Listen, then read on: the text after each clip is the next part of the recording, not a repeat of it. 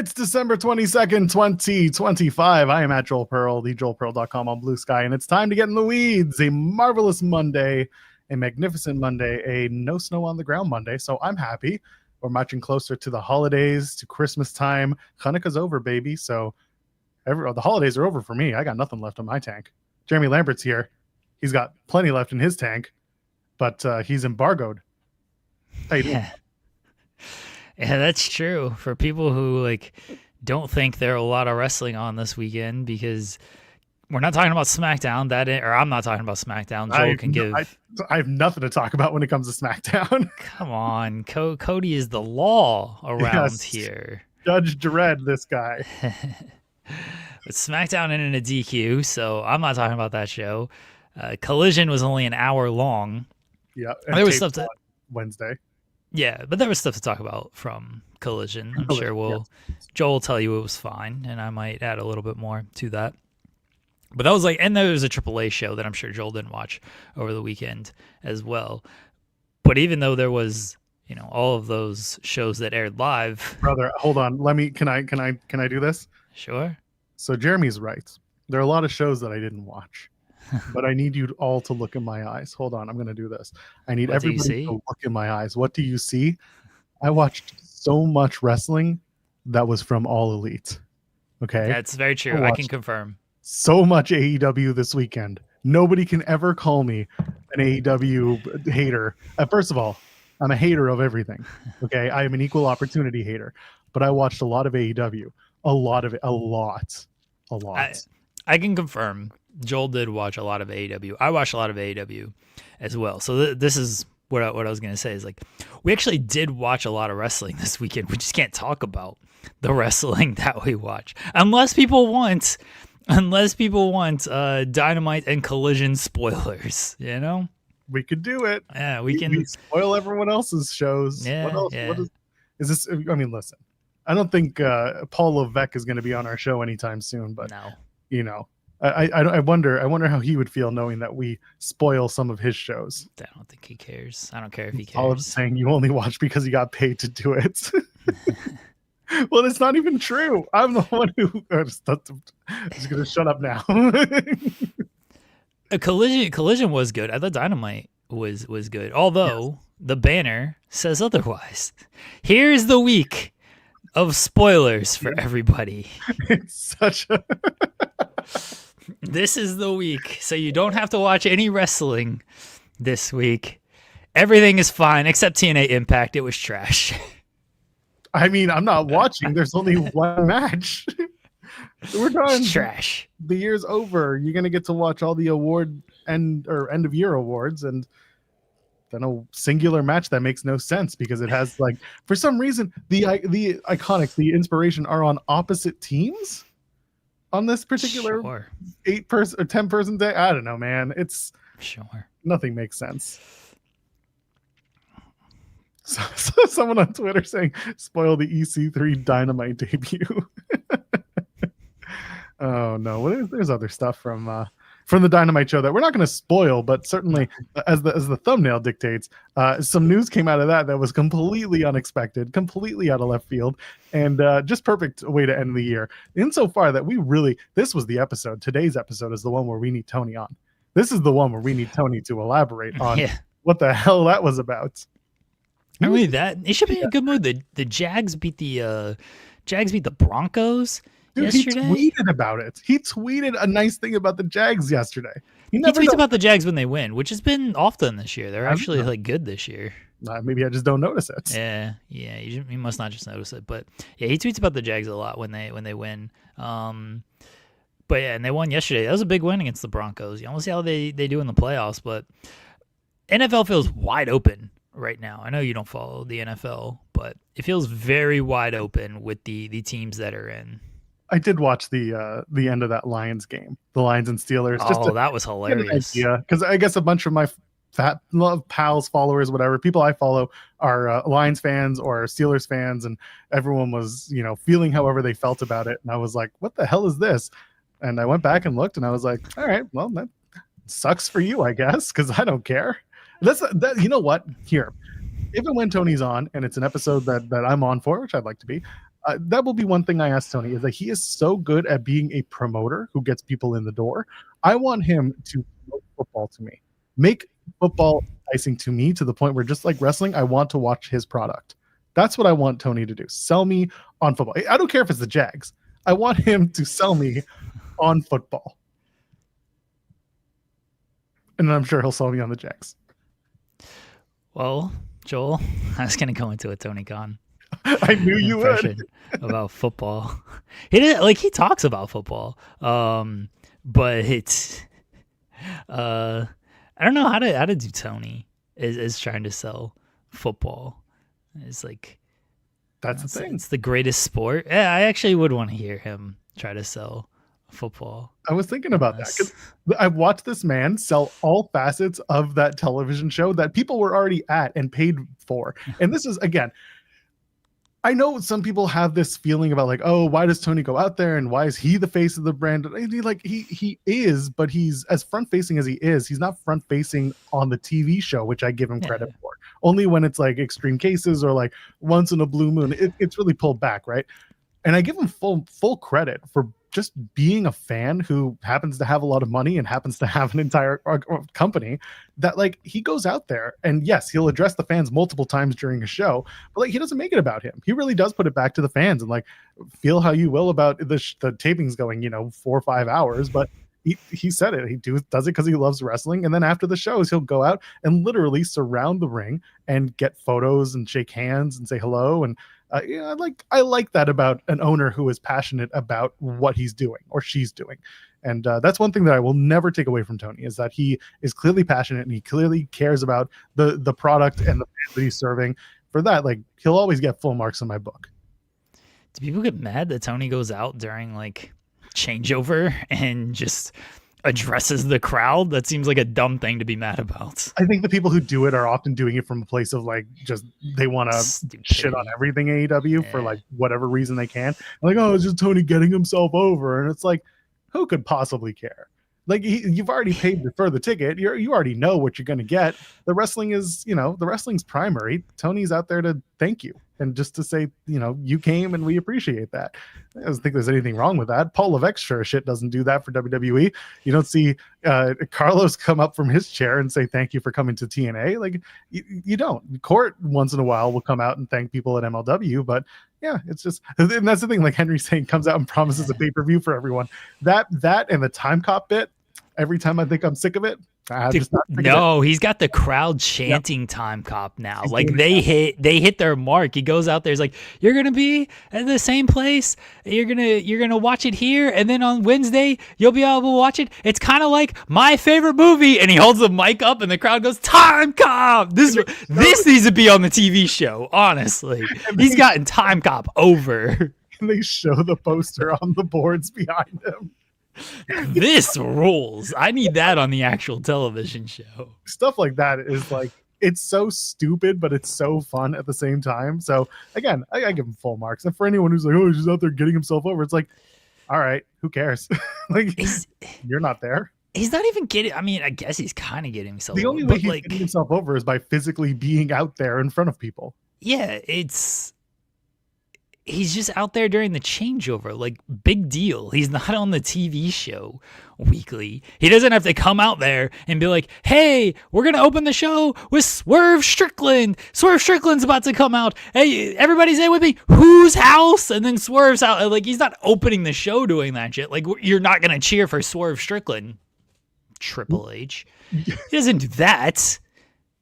The only time where I see him, quote, get himself over is when he's done stuff with, like, bringing out a wrestler to do a spot, not even a spot, but do like a little bit. So the Acclaimed is a good one. They did it, I think, before Manchester, and they brought out Bowens and they brought out, Bowens and Caster, and they did their little shtick, and they were about to scissor, and then one of them walked away, and then so Tony did the scissor, and, like, I don't think it's really getting himself over. I think it's just finishing the bit for the sake of finality.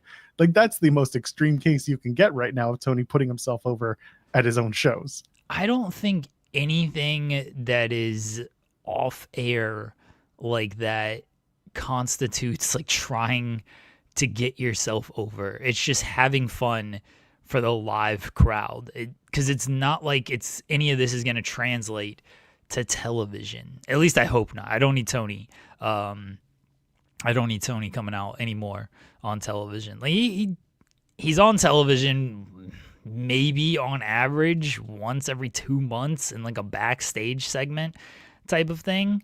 That's it. His name gets mentioned because Excalibur's like, Tony Khan just confirmed all this stuff, but he's not on television. He doesn't need to be on television. I don't think any of that stuff's like getting yourself over. It's just coming out, having fun with the live crowd, moving on. Like, there's nothing wrong with it at all. I like that they do it. I like that Tony does all that. He comes out and talks to the crowd during the break. It's fine. It's a changeover. Like, you're not doing anything anyway. Could he send another wrestler out there? Sure. And sometimes he does bring somebody else out. That's actually more pointless to me because it's like, hey, let's bring out Orange Cassidy. And Orange Cassidy comes out and he just like stands there. And then he sometimes goes around the ring. And then that's it. That's like, all right. I'd rather just Tony yell at me. Showing the stars at the zoo. Oh, man. Yeah, it was, again, I will not take away his passion for his business or for wrestling because it's sometimes quite, what's the word? Oh my God, it's infectious. Oh, okay. It's infectious, which is the holiday season, so everything's infectious. I don't know how your weekend went, but I got sick people at home, which has just been a joy. Let me tell you, my kid's sick, my wife is sick. I hope everyone gets well soon, and I'm doing okay. I'm doing okay. I'm surviving, but I need a break, Jeremy. I need a break. Well, it's Christmas break, so like that's technically a break. No, not at all. Okay. No, that's the one thing. It's like it's a break for school for them. It is absolute hell for us, which is what I expect by now. It's just what we get. It's what we do. Yeah, that's very true. The kids are all home. It's like, oh, we're on break. I was like, hey, you're on break. Yeah, it's not a break for us. Dicks. Oh, and so I see someone in the chat being like, I don't know how you justify running a 10K seater and come back stateside and run 2K seats. You know what? Right now, you got to do with what you got to do. And right now, if they're filling those arenas that are 2,000 seats, you can grow again, and you will grow again. I don't know what you mean by like how you justify. Yeah, it's not even about justification. It's more like how you do it. Well, you go to an underserved market where you come once a year versus running the entire country, 50 weeks a year. Yeah, that's legitimately what it is. WWE does the same thing. They go overseas, they do these big arena shows, and then 20,000, and then they come back and they do 5,000 in wherever. So you go to an underserved market that doesn't see wrestling a whole lot, and so more people are willing to pay, and then you come back to where they're there every week, or not every week, but you know what I mean. They're there a lot, and it's like, well, there's less demand there. That's just how business works. Fill a house. Whatever house you get is the house that you fill, and work with that house. TNA could go overseas right now and do 10,000. Listen, we kind of joke about it, but they did a tour in 23 where they signed Leon Slater, and that was a big deal for them. They did really well for 4 nights in the UK. They were getting 3,000-4,000, which for them at the time, again, 2023, this isn't this year where they've been boasting these big pay-per-view numbers. They were getting those numbers because they went back to a place that loved them and had, again, we talked about all the wrestlers who have come from the UK who talked about TNA being the gate through which they discovered wrestling because it was available on the free TV tiers, whereas WWE was on a paid cable subscription. So for them, TNA was a big deal. They could go back and do pretty well. I don't think they'll do a 10,000 arena unless they bring NXT and AAA and they do a monster show of I guess secondary wrestlers or undercard, whatever. But otherwise, no, TNA in the UK could do pretty fine. I think they could do 5,000-6,000. Yeah, and they come back here and they would do 15,000 as long as the Hardys and the Dudleys are headlining it. Yeah, exactly. Keep me away from the Hardys and the Dudleys. Well, the Hardys, meanwhile, allegedly, according to Fightful Select, are very close to signing new deals with TNA. So that's something that's... according to Matt, they've already signed new deals with TNA. So. Oh, good for Matt. I'm glad they did. I can't tell you I'm surprised. Again, they've found a lot of success in TNA over the years, whether it's single or tag, and they are treated like royalty for that from that company, and they want to continue to do the business that they do there. So if they see it as a place to build, then fine. I just don't want them to be the one and only tag in the division that is considered, A+ tier. I want more tag teams in TNA to be presented as on the level, or at least as close to the level of the Hardys as you can, without having to bring in the Dudleys. Exactly. Sorry, I thought you were gonna say the Righteous. Nice try. Got you good. You went with the Dudleys though, so that's fine. It still works. And honestly, the Hardys re-signing with TNA, if you're looking at the end of their careers, which I don't know if they really are, maybe they are, maybe they aren't, this could be the start of their own retirement run. And this is also a gate for them to work in WWE when an opportunity arises. And I'm sure WWE would jump at the opportunity to bring in the Hardys for one last run or just a couple of shots wherever. Yeah. And Triple H is gonna bring them in and have Gunther beat both of them. That's fine. They'll do the business. They don't. They do them on the way out. Do both of them 2-on-1. Yeah, just stack them. Who cares? Listen, there's a fun story you could tell. If you're gonna get to Gunther and Brock Lesnar, you can have the Hardys come out and get ragdolled by Brock, like when Brock debuted in 2002, and then have Gunther do the same thing and just treat the Hardys like little ragdolls for both those guys. Yeah. It should be Gunther just beating the Hardys and be like, "Oh, you beat big men on your first night. Oh, so am I." And he just beats the shit out of the Hardys. And that's how we open the run. Poor Hardys. Oh, poor nothing. They make plenty of money. Have you seen their estates? Have you seen? I mean, yeah, they do have plenty of money. I'm not poor them financially, but they just getting their asses beat by Gunther here. Good. I see nothing wrong with the statements. I also see nothing wrong with y'all leaving thumbs up on the video. Have you started that yet? Have you done that yet? Have you heard this? Have you seen this? Jeremy's got the pyro. I'll have the ballyhoo. And while you're at it, you can go ahead and subscribe to the channel. We always appreciate that. It's my favorite part when you subscribe. Get ourselves to 17,000. We need to get to 100,000. Let's do that so we can both get that silver play button. That's what I want. Huh? Come on, just mass numbers up.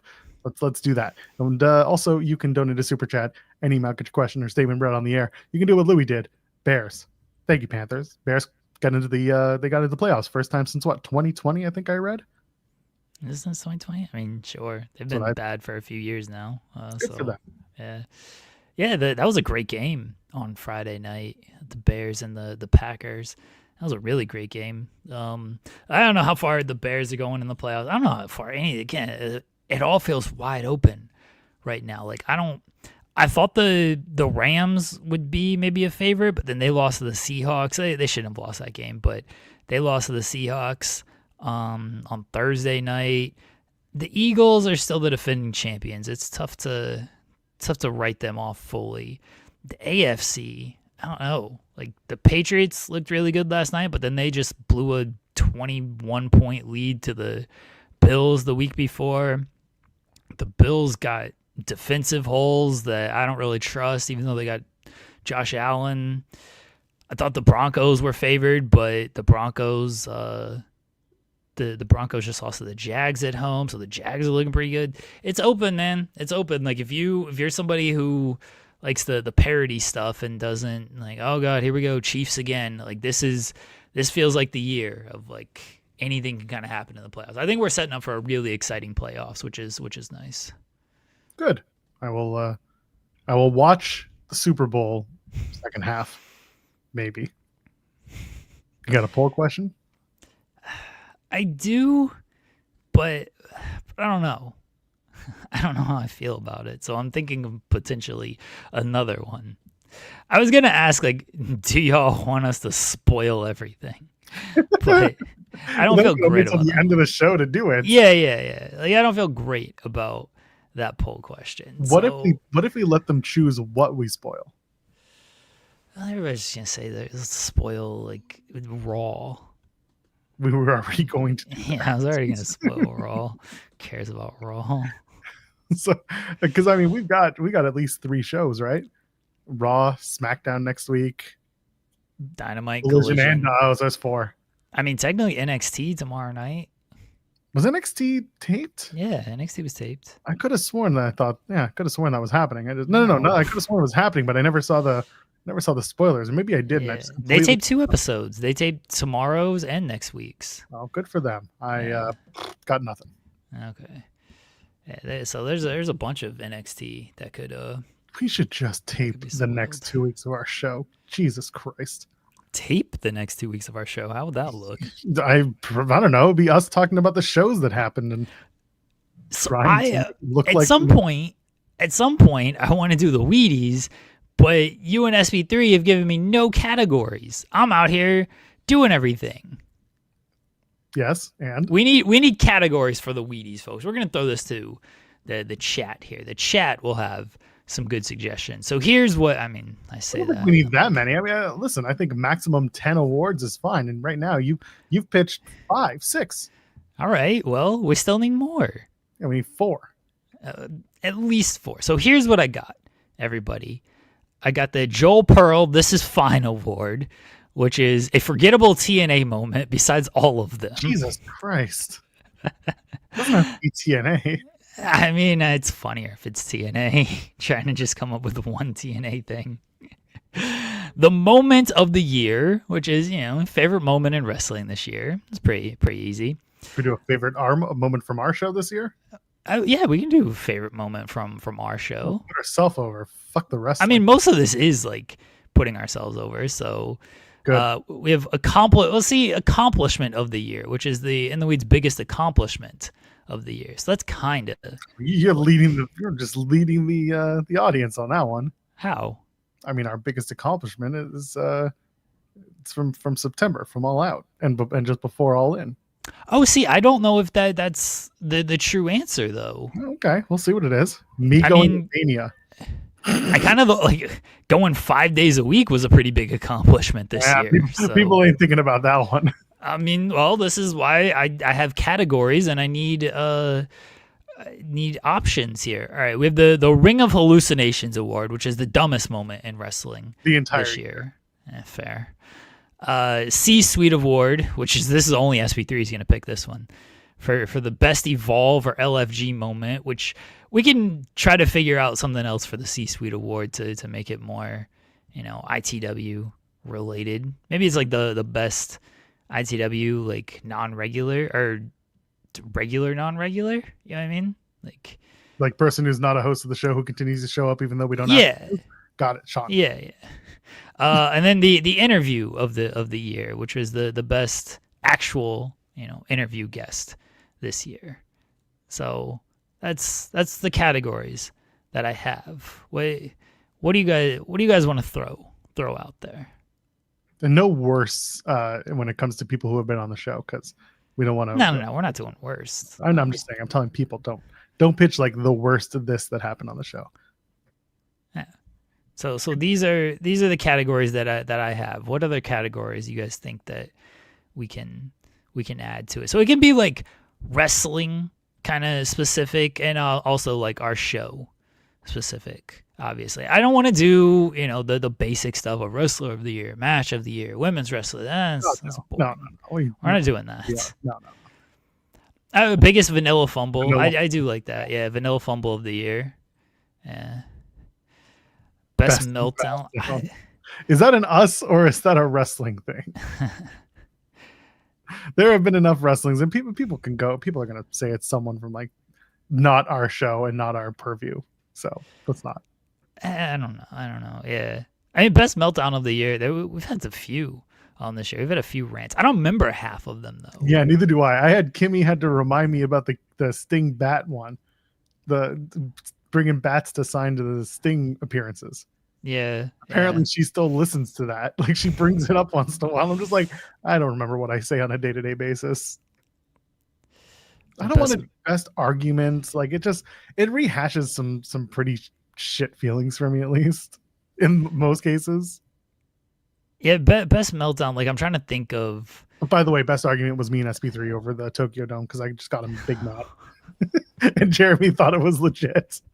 Yeah, that's true. I don't even remember what you guys were at Tokyo Dome. You said Tokyo sure. Dome, trying to Okay. get Okada Takeshita at the Dome conversation. Oh, right. Okay. Yeah. The best XP1 cameo. I mean, it's only gonna be Alvarez or Dijak. Dijak did one live at least. That's So, true. He did a good one. And so that's all it would be. It took that man 5 minutes for his camera to appear. It did take a little bit. I noticed that too. The third is here. Hello, SP3. Hello, SP3. How are you? I heard you say my name, so I appeared. Oh, Jesus That's Christ. a terrible bit. No, you said it. You said my name, so I'm here. Yeah, but the guy who does it on television isn't much better. You got a guitar too? You got to pop out of like a fridge or something. That's true. I think it'd be very funny if I said that and you're just like 1 minute and you go and get a guitar. So, best TikTok game.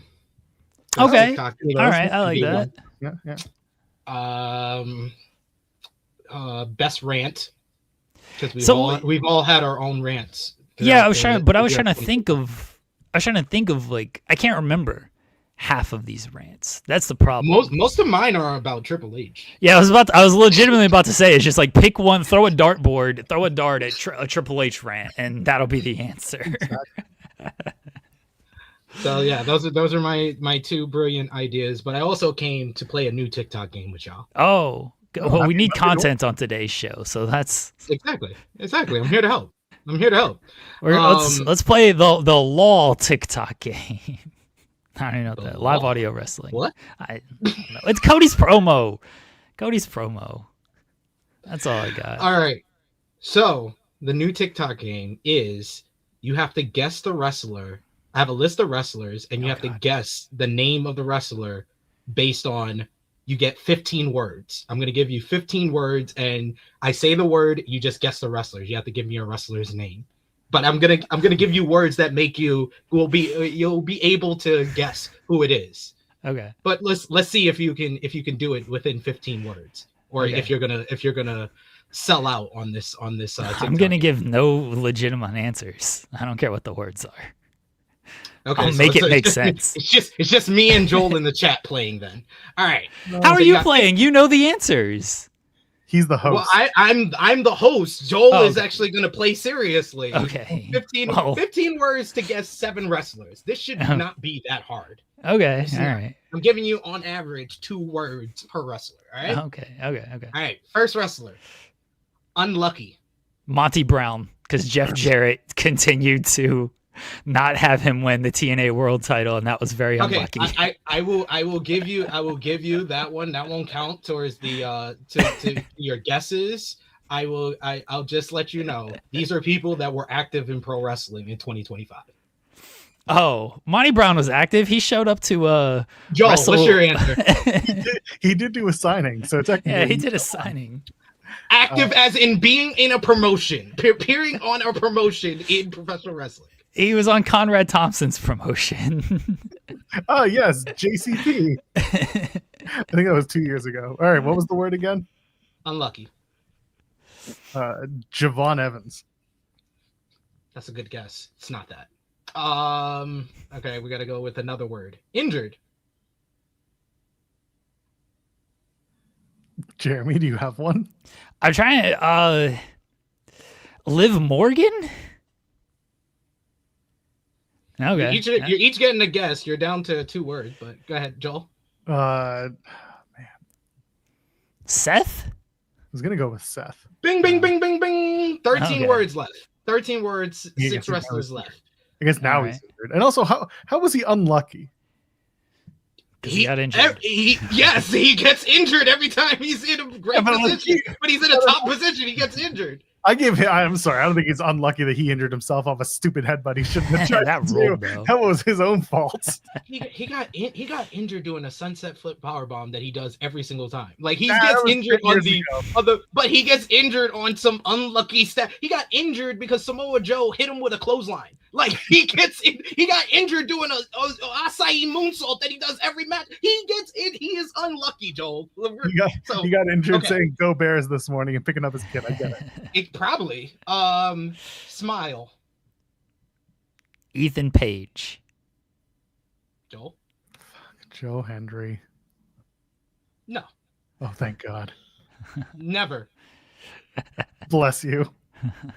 Never.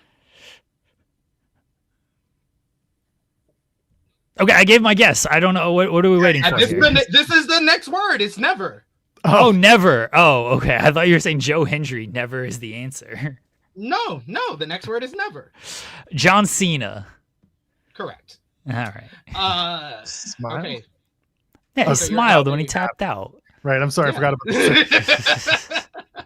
the cinema of the smile. So you're down. What is that? That's 14. That's 14. That's 4 words. So you're down to 11 words. 5 wrestlers left. Commentary. Bryan Danielson.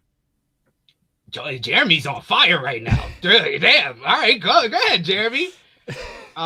Next one. You're down to 10 words. 4 wrestlers left. Family. Vin Diesel. Big dick rider, that Vin Diesel. Joe. Roman Reigns. No. Let's go with bald. Bald. The Rock. That bald fraud. Joe. Moxley. Don Callis. Don Callis is my real answer. Don Callis is Yeah, the Don answer. Callis. It's Don Callis.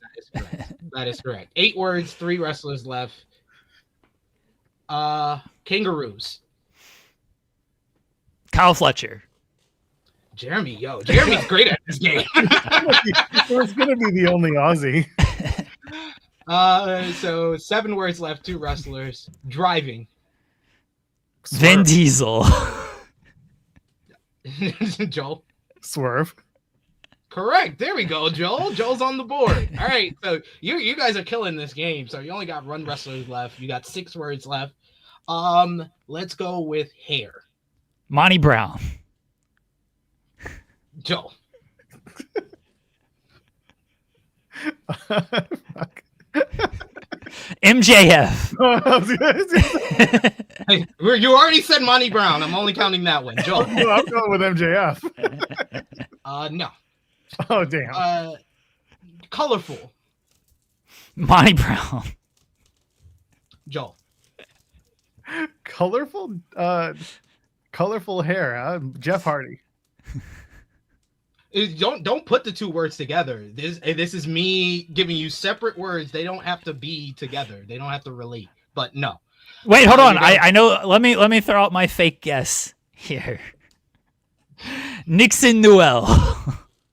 Anyway, 5 words left. You got 5 words left. Let's go with lion. Oh Jesus, not her. Monty Brown. Monty Brown. Chris 4 Jericho. words He's words the left. Monty words Brown is the alpha male, the king of the Serengeti. And Chris Jericho is the Lionheart. 4 words left. Air. It's Tanahashi. Correct. Monty Brown. Hiroshi Monty Joe got it. Brown. Monty Brown. Hiroshi Tanahashi. Yes, that is the final one. You guys did good. You had 4. You had 3 words left after that. So that's good. So you're trying to You guys take it did good with at one that. letter? What one wrestler, 4 words? Yeet. I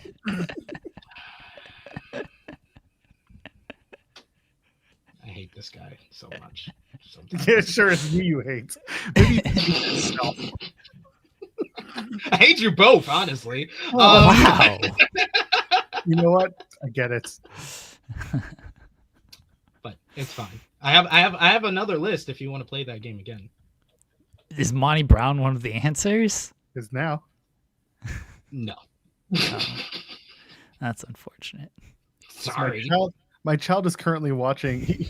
This is great. He went from watching one movie, getting moderately scared of the villain, and then watched the Lorax, and then the villain came from that one, and he got scared of that. So now they're watching the Barbie movie, and the first thing that was asked was, "Barbie has parents?" And my response was, "Yeah, man, the money has to flow from somewhere." Is this true? This is true. All right, so I got another one here. 15 words, 7 wrestlers, blood. Yeats? Oh, sorry. Blood? John Moxley. Joel? Nick Gage. No. Big. Monty Brown. Jeremy.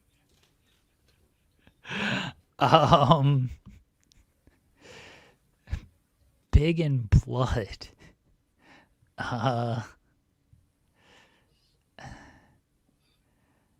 Nikita Lyons, because let me give my reasoning here. I'm listening. She's got a blood. Where's the blood coming from? I'm gonna give you the reason here, SP3, because she's got a big old booty, and when she is moving it, it gets the blood going for people. That is correct with that, but not correct on the answer. I can make this work here, SP3. Joe. Take that down. No, this is much funnier if SP3 gives the words and Nikita Lyons' ass is all dancing in his face.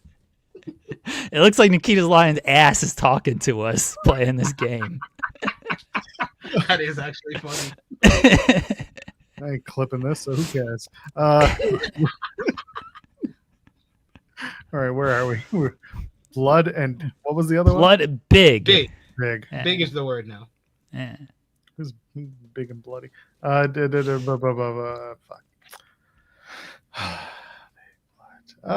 Let's go with I don't know. Whenever we say big, I get to Big Show, but it's not Big Show. Who's big and bloody? Oh my god. Why is Brody King. Yeah, my brain just went like blank. Sure, Brody King. It's not Brody King. Okay, you're down to 12 words. Let's go with fighter. Fighter.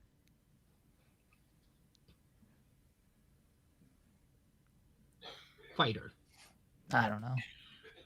No. Bear Bronson? Incorrect. You're down to 11 words. I tried to make this tougher for y'all, but I'll give y'all the big one. Tribe. Was that the word? Big one?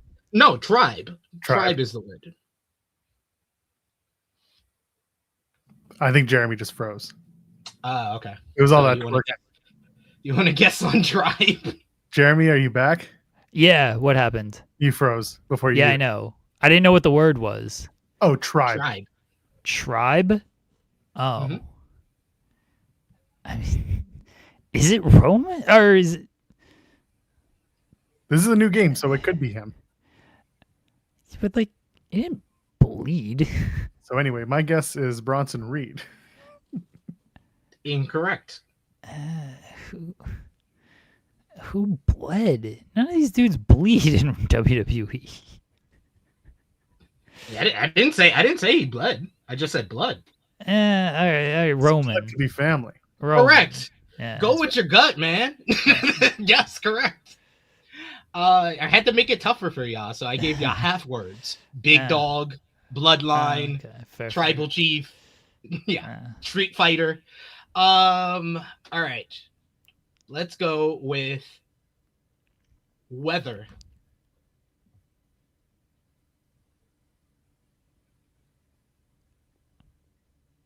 Jade Cargill.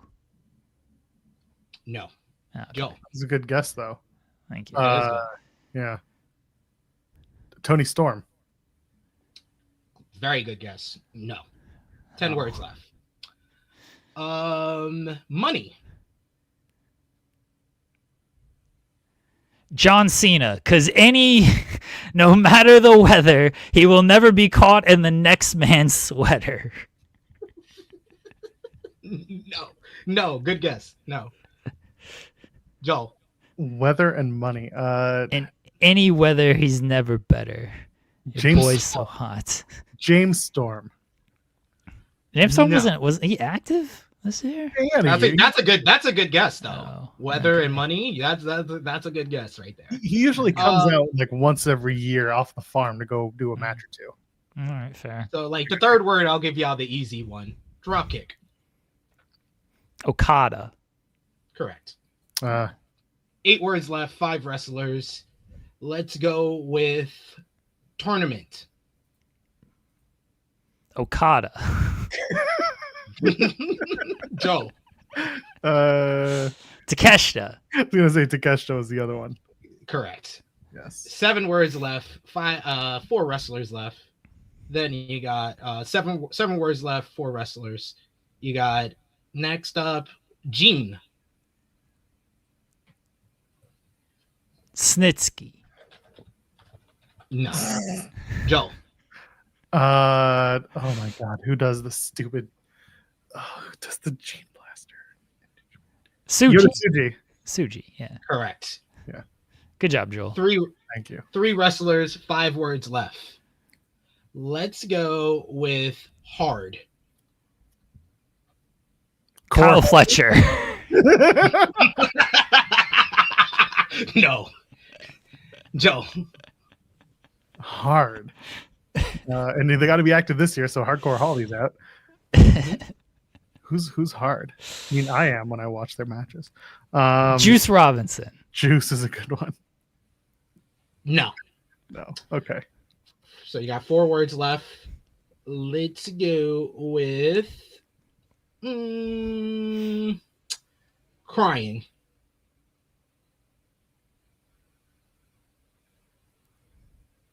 Who's always crying, Jeremy?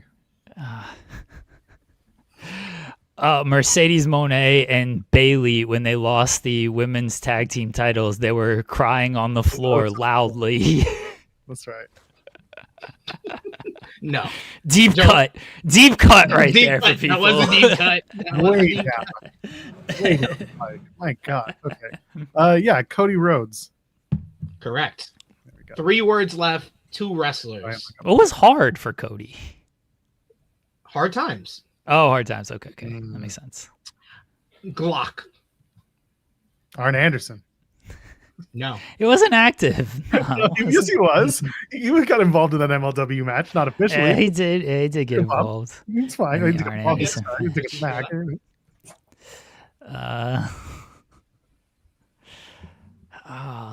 Who? Oh, that's not correct. FTR.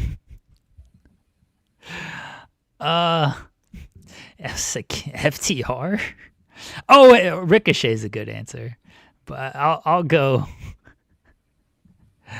I'll go with FTR, and then we'll see if Ricochet is the other possibility. I won't take that as an answer, but I won't charge you a word. Give me who. I said a wrestler. I didn't say Cash. That's Axe. Thank you. Cash. Thank you. 2 words, 1 wrestler left. So I got to try to figure this out to not give this away, so I can try to win this. Monty Brown. This one is tough because I think every word I think of gives it away so easily. Let's go with the world. WWF New York. The nightclub. I was gonna say Bray, but that's not the answer. I mean, it could be the other ones. Brian Pillman was gonna be my answer for Glock. So I don't think he was active this year. That would have been a good guess. The world. Oh, if it's Nick Nemeth, I'm actually gonna be upset. He's here to show the world. Oh, show the world. Yeah, he's here to show the world. No, he was the Hollywood. He's doing the Hollywood hunks or whatever. No one knows what he's doing. Okay. I mean, SP3 would if he was trying to. Last word for this last wrestler. Collection. Oh, Devon Dudley. It's John Morrison. I don't think it's. Is John that your Morrison. final guess? I don't think it's John Morrison. Hold on, world and collection. Mm-hmm. I like the idea of doing Jeff Jarrett. Matt Cardona. A Mercedes. Yeah, Mercedes. Right at the clutch shot by Jeremy Lambert. Clutch the shot, chat helped Mercedes. out. I gotta give I the know, chat. I know. Yeah, I saw the chat got it before y'all. Yeah, I gotta give the chat credit there. Yeah. So One of the answers should have been Monty Brown. I agree. All right, let's take this. Yeah. Let's take this off, please. No, what are we doing? No, we should leave up Nikita Lyons for the whole show. No, definitely not. I did enjoy that hiding my face because probably my facial expressions would have gave away some stuff. So I did appreciate that. All right. So I gave y'all a whole bit that y'all can put up as a clip. There you go. Was there anything you wanted to talk about from SmackDown that we're not talking about? SmackDown. Yep, that's what I thought. It's like, wait, what? Y'all are not going to talk about SmackDown? I'm not gonna lie, I did not watch this show. I turned it on, and I saw. I was correct, by the way. I was correct that they aired. Oh, here we go. The true star of the show. Hi, Harlem. Hello. How are you? No, we scared her off. She peaced out. I get it. She gave me apparently some dinner. Oh, what you got? What is it? Marshmallow. It's marshmallows. Ooh, marshmallows. Oh, that's pretty good. Nice. Yeah. I mean, that's not the worst thing she's ever given you. So. This is true. I thought she gave it to you. Nice. Oh, okay. I thought she gave it to you with chopsticks for a second. No. It's Marshmallow just chopsticks. Just a very small spoon. Very small spoon. Oh, good luck but yeah, with your hot chocolate. I guess so. Yeah, that's the marshmallow. What do they call that? Just fluff, right? Yeah, marshmallow fluff. Yeah. No call it? Yeah. Okay. They have that where you are? Yeah, they have it in the UK. Yeah, Jeez, I don't know. What do you think? It's like some country that doesn't have third world marshmallow country. fluff? Like, Yeah. Yeah, I do. What are we doing? like those seen the idiots who said Anthony Joshua was from a third world country. I saw those posts. Those idiots. But yeah, SmackDown was a show that happened on Friday nights. It was boring, and it was a nice background noise while I prepared for the Saturday podcast with Sat Iniengi and Alex McCarthy. That was Sad. Oh, who cares about Alex McCarthy? I like Sat though. I like both those guys, but hey. Yeah, I saw when they announced the lineup. And I was like, oh, this is last week. It is the Monday taping. I'm not watching this. This sucked. And I know it ends in a DQ. I don't care about this show. Here's my theory, by the way. No. Your Austin theory? No, that's why I said no, because I knew you were going to say that. Here is what I think. So they taped Monday. They taped Friday's show on Monday instead of it being next Friday's show, being this Friday's show. Because that would have required them to plan ahead. Of like, what can we do? What do we have to record for the December 26th show? How can we record that? What do we need on this last week? And then how do we make it to like, nope, that's too much work. No. Whatever we record today, we're airing on Friday. And then on Friday, we'll record what we need for next Friday because they don't know how to plan ahead on that. So that's my theory on why they did it this way instead of doing the live show when they were legitimately live at the arena, which is just wild that they when you're also doing a title change. So like you. Oh yeah. So I had someone when I posted this clip on Friday. I had someone, I think it was Sean Lindsay, who's in our chat frequently, was saying like if you just looked on Netflix, you would see that it says the available on this date and available on this date for those 2 weeks of SmackDown, which usually tells you that it's a taped show because they just throw that shit up with willy-nilly, don't need any ads. And I didn't do that because I just don't care. And yeah, that's clearly what they did. But yeah, I didn't do that either. I was just smart enough to know what the deal was. I know it's just because even on the like continue watching, like if you watch the last SmackDown episode, then continue watching will come up if a new episode is live. But if you go on Netflix, it says next live is on January 3rd. Yeah, it says like the December 26th is not available, but it is going to be available on Friday night. Sure. Good for them, I guess. I just like Jeremy and I were saying, it makes little to no sense why they had a live venue in a live arena on a Friday night and they taped 2 shows instead. I guess if they were able to do 3 hours of matches for what is considered 4 hours of shows, or they were able to do like 2 hours of wrestling, whatever the deal was, they were able to tape that amount of time for what would normally be the time they would spend in an arena, then like, sure, I get it, because then the rest is just backstage stuff that they shoot and already have in the can. But just it's that time of year where nothing matters and everything's taped. They're in their holiday holding pattern, especially with how that Raw taping looked. Oh my god, I dread watching Monday Night Raw this Monday. It's tonight, pal. Yeah, it's in. It's a totally different day for me. It's Tuesday by the time that Raw comes on here. So Fair. give yourself the freedom to watch it on 3x speed when you can. Yeah, I'm probably not gonna stay up tonight to watch Monday Night Raw. I wake up early in the morning to work and I watch it on the background. It'll be right here on my TV. Perfect. Wow, we have to review this show tomorrow. SB3. Yeah, I'm gonna watch it. I'm gonna watch it during my work shift. My work shift's like 6 hours. Okay, we shouldn't watch it at all. Who cares? You want me to talk about Austin Theory's in-ring return? So hold on. Raw with his AR Fox tights. I love it. Right. Raw tonight's taped. Next week is the 29th. It's not taped. They are live. Yeah, they're live next week. Okay, just triple checking because Graves was asking. I'm pretty sure I saw that they were live. Where are they? They are in Orlando. Okay, there you go. Before they run off to another country shortly after that, after the January 5th episode. Yeah. Okay, so 2 weeks stateside, and then they go to where the real stuff happens. Germany gets all the fun. Ahead of the Saudi Rumble. I enjoyed the other WWE show this weekend. Triple A. Triple A show? Triple A, War of the Titans. That was actually a really good show. Dude, I watched so much AEW.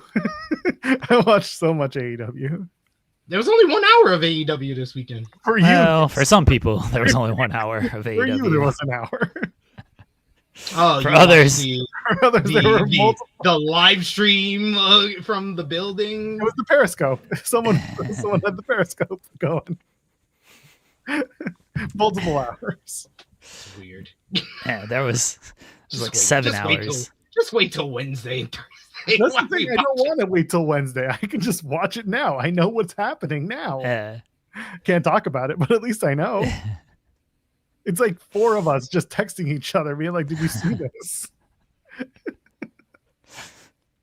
Why is it weird though, SB3, to just watch it so early? I'd rather watch it when it actually happens. I mean, if I'm gonna be there, if I'm gonna be in the building, then yeah, I'll watch it there. But if I'm not in the building, I don't understand watching like a live Periscope feed of it. Well, yeah, it's always a bad viewing experience. From my experience. Well. Are you posting this, Joel? Okay. Yeah. Check the private chat. SP3.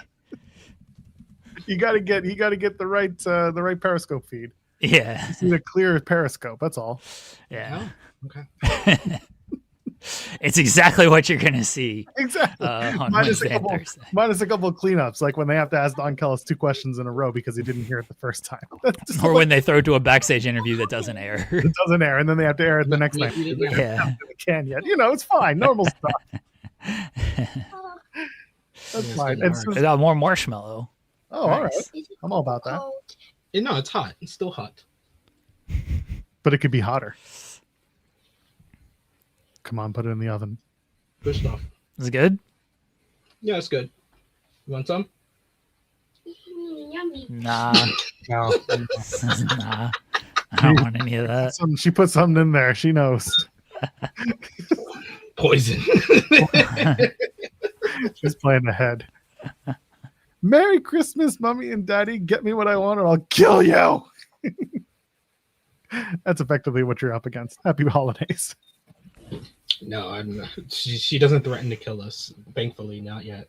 Not yet. Not yet. Years until she fully understands. Yeah. She understands that concept. Oh, hilarious. Oh, what a day. Anyway, who's excited for Raw to be in the UK for the next 3 weeks? Afternoon wrestling, baby. Oh. That's 2 weeks at least. They got is it only 1 week? No, okay. So it's 2 SmackDowns and 1 Raw. So it's a week and a half. Sure. Get ready for Raw from Dusseldorf, SmackDown from Berlin, and from London. Good. These are like early shows. I'm all about that. Okay, no, I'm right. So they're doing Raw from Belfast on the 19th, Okay. and then they're back for Montreal for Saturday night's main event, and SmackDown, and then in Toronto for Raw. I don't think I'm going to that Raw. Wait, are they doing London?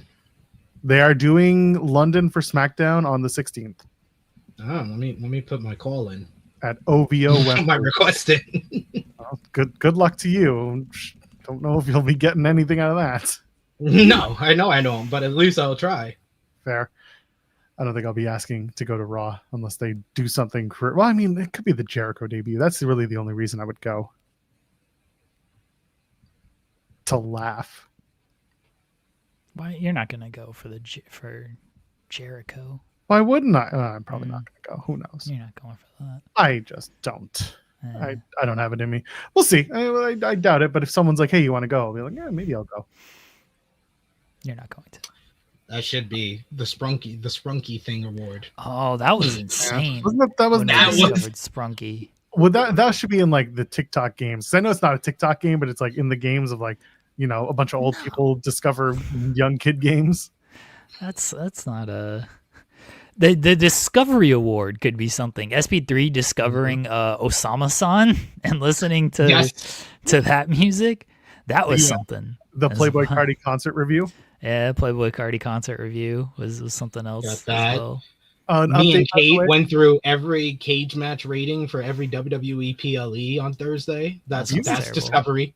Were you guys lacking in that much content for Thursday?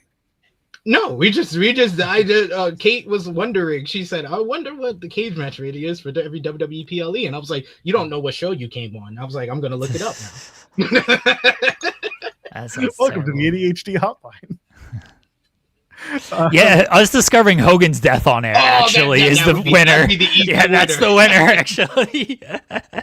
That's the easy winner. That's Yeah. moment of the year right there. Yeah, that was something actually.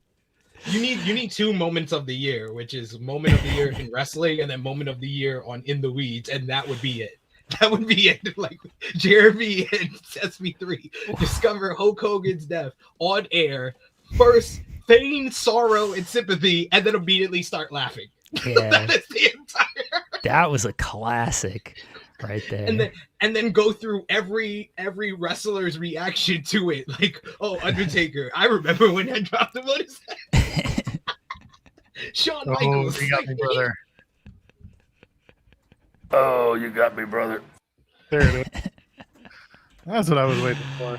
Yeah, that was a classic one because I remember like our numbers like went way up. I was like, oh shit, people are like coming here of like, oh, Fightful, they're live on air. Hulk Hogan has passed away. What are they gonna say? And you have me and SP3, like the 2 people who probably don't need to be covering this. Just cracking jokes. Just cracking jokes. We cracked jokes for the next hour. It wouldn't it have been was better. ridiculous. It wasn't any better the next day when you and I did it, Jeremy, and I was just like, No, it wasn't. But like again, the fact that like people were like discovering the stream True. and were like coming in and thinking like, oh, Fightful and their coverage, Hulk Hogan has passed away. Like they're gonna relive the legacy and the career and how much Hulk Hogan meant to wrestling. We're like, so anyway, this racist out here and all these people that he fucked over. Yeah, that was my favorite episode of Head to Weeds ever. that was a time. That was definitely a time. What a time to be alive. Yeah, that was amazing. Honestly, that was amazing. I got Cyclops better than Wolverine. St. Joel doing the Master Peanut. That's the clear winner. Nah.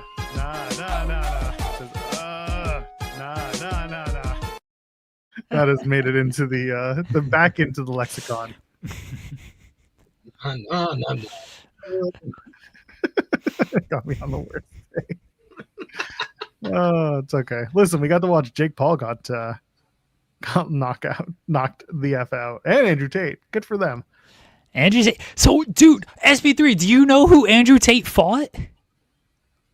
No. Who he fought? Chase from Perfect Match and Too Hot to Handle. Oh, word! Yes, you remember Chase? Yes, I think I remember him. Yes.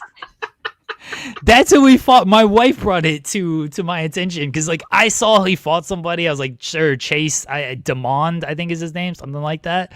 And I was like, sure, I don't know who this is. And then she's the one who saw, like, a reality television star, Chase. And she's like, is that the same dude from Perfect Match and everything? And she looked it up, and it was. He was the freaking F-boy. He was the F-boy of the season. Yes. Yes.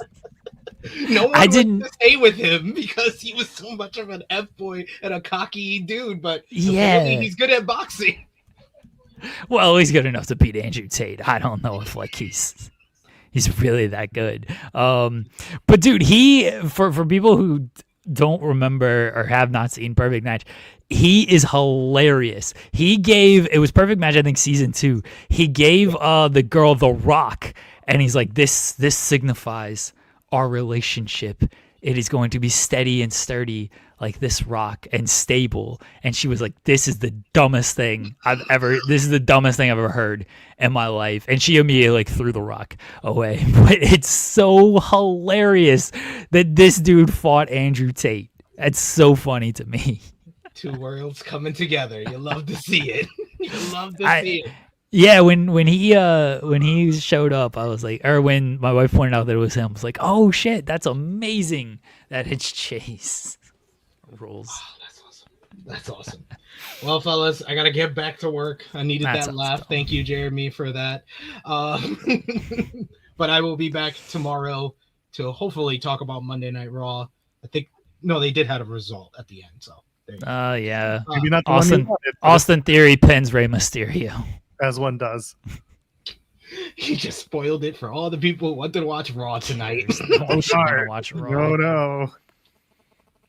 I hope I cost them like 5 viewers, and now they don't rank in the top 10 globally. Bolivia will be very mad. Apparently, they're always in the top 10. Well, they're used to not being in the top 10 already. Well, if you listen to Pollock and Thurston, they always talk about Bolivia as one of the top 10 ranked countries watching Raw every week.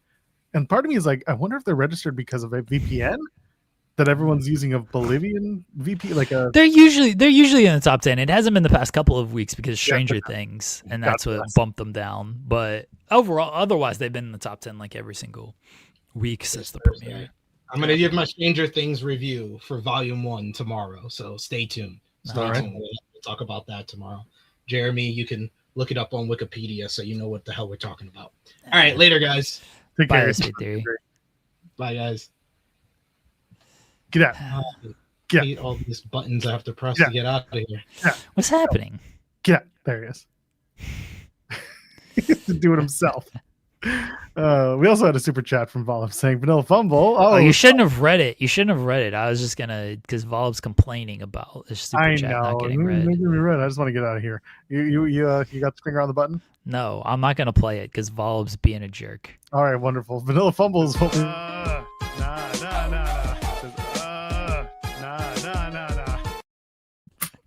Somehow I saw that coming. I just didn't know what to do. When Cody said, I am the law, but nobody said law. Shout out to the original Judge Dredd movie. There you go. Cody is Cody. Cody is Cody. I didn't watch. I only saw the clip. I took the night off. I was so like, we're not going to be talking about it on Monday. So this will be my one show that I don't watch this week. I only saw the clip. So there you go. WWE bump next week when the new Stranger Things drops on Wednesday. Perfect. Oh, yeah, it will be. Yeah, it 100% will be. Yeah. Well, it's Christmas time. Whatever. I don't think WWE really cares, to be honest. They're probably just like, nah, don't worry about it. It's Netflix. We got our 5 years. Yeah, they do have their 5 years. You know, we'll see how far past that they have, but they've got at least 5 years.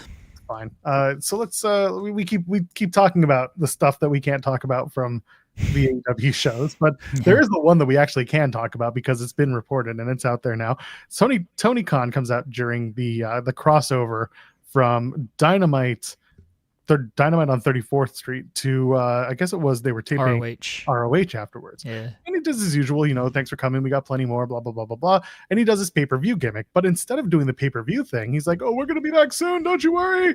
And then he talks about how he wanted the first Dynamite at Madison Square Garden. He had the date booked, and then somebody, wink wink nod nod, got it removed from happening at Madison Square Garden.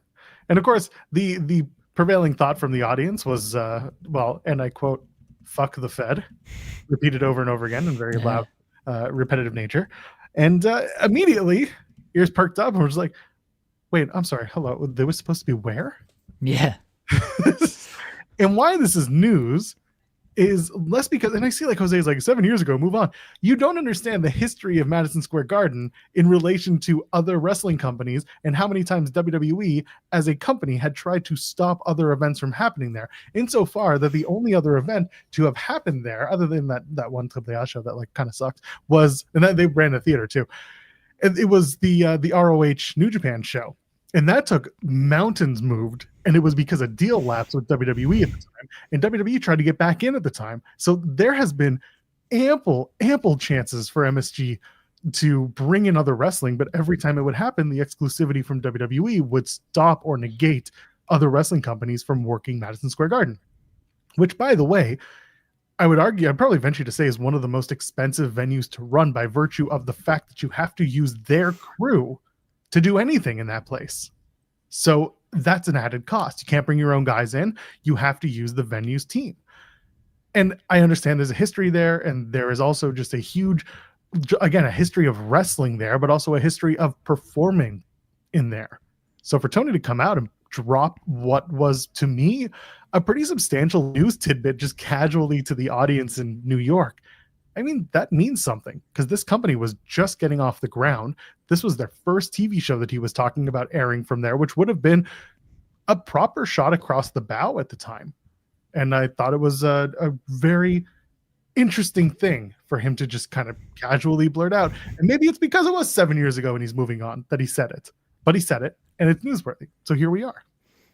Glad he said it. Tony's been too boring lately with not taking shots at anybody. I don't even think this was a shot. No, honestly. Although saying things, it was very funny. Hold on one second. Sure, I was gonna say he got the desired reaction when he put it out there. So he took his little shot, but it didn't cost him anything. It was still a very interesting thing to have said. Yeah, it was. His reaction was very funny. Where it's like, when they're chanting "fuck the Fed." Well, who knows? I'm fine with him saying this now. It was the timing of it didn't mean anything to me, because he did this during they're in New York, they're chanting MSG. He's never said across the street, by the way, from Manhattan Center. Yeah, this is the first time he's ever said anything. It has been 7 years. He's never dropped this piece of news. He could have done this at any point. It's not like they haven't been to New York in 7 years. They've run pay-per-views there. So he just did it during a crossover changeover between Dynamite and ROH. Like, I don't have an issue with it. I need more of this. I hope Triple H is asked about this, and I hope they continue to go back and forth, because that's fun for me instead of Tony being diplomatic with things. This is way more fun. That happened before my time. I didn't read the contract. It is very funny that when they ran the show, or that they were going to run the show there, because you're right, it would have been like a huge deal if the first ever AEW Dynamite was from MSG. Like, that's a huge shot. That's walking into your neighbor's yard and taking a piss in it. That's what that was. That's the optics that it would have been, and that's a that's a shot at the shot at the competition. Yeah, it's a very huge shot, and it didn't happen for reasons, and we can all surmise what the reasons are because, as Joel mentioned, they tried to run. It was the same year because the ROH New Japan show was 2019. Yes, it was. So yeah, and that was a whole thing of it got announced. It looked like it might get pulled, and then it still ended up moving forward with everything. And AEW trying to run their first television show there would have been something. Sean pointing out that WWE did run MSG in September. I wonder when that show was announced, because the way Tony tells it, MSG came to him. So this was not Tony going to MSG and being like, hey, we want to run our first show here. This was MSG coming to him. Go ahead. So this would have been September 30th, 2019, which was the week of Dynamite's debut. Okay. Because the Dynamite's first episode was October 4th or something like that of 2019. Yeah. October 2nd. October 2nd. So that was the same week. I'm pretty sure that this was the because they brought Hogan back. That was the big deal. That was Hogan's back from hiatus. Being a racist piece of shit. I don't remember. And they did the Crown Jewel teams. They brought him back. They did the Crown Jewel teams, him and Nate, and they did this whole thing. I'm pretty sure that was the same episode. And I gotta make sure, but I'm almost certain that was it. I'm going to triple check. But if that's the episode, then hilarious. So they announced. Just making sure. I'm seeing when they announced the MSG show. It was July. They announced the MSG show in July. September 9th. Okay, so September 9th was the Raw at MSG. So, okay, the September 30th was when they brought Hogan back. Okay. All right. Around that but time. so what I was saying is they announced the MSG show in July. So when did I would imagine, because we know how these contracts work, I would imagine that if they announce it in July for September, there's the 3-month wait, or at least 3-month wait before you can like run that venue. I assume these were still active in 2019. So I just want to know the timeline on this. So the Dynamite premiere episode, when was that announced? AEW Dynamite premiere announcement. That was July 24th. And that was July 24th, and I'm trying to see if I assume they had the venue already announced when they made that announcement as well. Yeah, so they announced the venue and everything. So MSG was announced July 9th. All right, so this is me tinfoil hatting here. Look, Tony's supposed to do a media call today at 2. I don't know if he'll be asked about this. He should. Yeah, he should. And honestly, if we're on that call, the odds are we might. I assume Sean will be on it. Yeah, he should be asked about it. So July 9th is when WWE announced that the September tapings would be at MSG. And July 24th is when AEW announced that Dynamite would premiere October 2nd from Capital One. My guess is AEW was obviously announced in at the start of the year. They announced Dynamite like was going to be a thing in May. So my guess is that May, June, MSG was like, hey, do you want to host the first episode of Dynamite from MSG? Sorry, Tony, did you get the on sale date for Dynamite, that original one? I said July 24th. Okay, I've got August 2nd, but it's fine. No, that's the on sale date. The announcement date was July 24th. Okay. Yeah. Gotcha. All right. So, as I was saying, I think MSG came to him in May or June, and was like, do you want to do the first episode of Dynamite from MSG? Tony said yes. And then maybe a few weeks later, WWE got word of this and was like, no, this isn't happening. You just had somebody else run MSG earlier this year. We're going to run here. We'll give you 2 dates in September. So MSG had to go back to Tony and be like, oh, actually, we can't do the October 2nd day because WWE is coming in September. That's my guess. That's, again, tinfoil hat over here. Don't know the timeline. I hope Tony's asked about the timeline. I'm just surmising things based on what we do actually know when these announcements for WWE and AEW took place. I mean, if he doesn't, then we will ask him about it. Yeah, when he comes on our show, yeah. Hell yeah, absolutely. Yeah. Part of the ridiculous questions we will be asking him about: Impact 2021, Vanilla Baby, sell me on football, tell me about almost getting MSG. Yeah, we're gonna make it the most newsworthy Tony Khan interview. And anytime he tries to divert into whatever he's supposed to be plugging, Jeremy's gonna shut that shit down. Gonna mute his microphone. And when I play partner promo punch in the face, it's gonna be him and 3 members of the WWE universe, 3 WWE Stan accounts. No. I got your partner promo punch in the Paul face. Levesque, Shawn Michaels, Lee Fitting.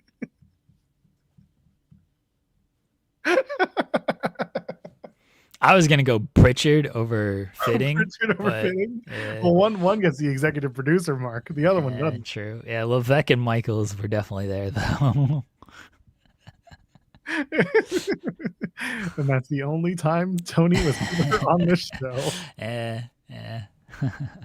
Could you imagine? God, we give him like the best and worst interview simultaneously. We should do that. Oh my god. Oh, Eric Bischoff is actually that's a better shout than Bruce Pritchard. We should just take three of the biggest grifters and give them that. So Bischoff, Coach. Oh, Coach, bro. I don't want to mention these people. That's the problem. It just makes me feel yuck saying their names. It's much funnier to do Triple H, Shawn Michaels, than Bischoff. True. Carlos Silva. Carlos Silva would actually be funny. Yeah. Well, number 2 promotion. True. Anyway, yeah. So it was just casually dropped, and I think that your idea, your timeline has credence, and WWE clearly just stepped in. Maybe they had first right of refusal. It could have been as easy as that. MSG booked. They didn't announce. They accepted the booking through Tony, and then somehow. But they came to Tony though. That's what he says. That's one thing where I'm like, I would like to know for sure what that was. I'm not calling Tony a liar. Believe me, I'm not calling Tony a liar. I'm just saying we all remember things in our own way. That's not always, right. If it turns out that yes, they came to him and said, "Do you want to make a mark?" Then maybe there was a conversation that led to them getting booked. But it also could have been that Tony's team called and MSG called Tony and said, "Hey, let's do this." So we don't know what the timeline looked like. We just know that WWE, if they were given first right of refusal, came back and said, how about we book this date and we'll bring all the big guns and we'll have a bigger, better show. And MSG was like, well, you have the contract, and that was it. I do wonder, this is a question for Tony or the person who booked the MSG show that is no longer there, according to Tony. I mean, we can assume who that was. Because I'm sure it was the only thing. I'm pretty sure it was Rafi Morphy at the time. Was still booking AEW venues at the time, and he's big. He's a New York guy. He's booking Barclays. Did Rafi work for MSG though? He didn't, but I'm saying he still worked in New York, so he knew people. Yeah, but Tony was making it seem like this person worked for MSG. Interesting.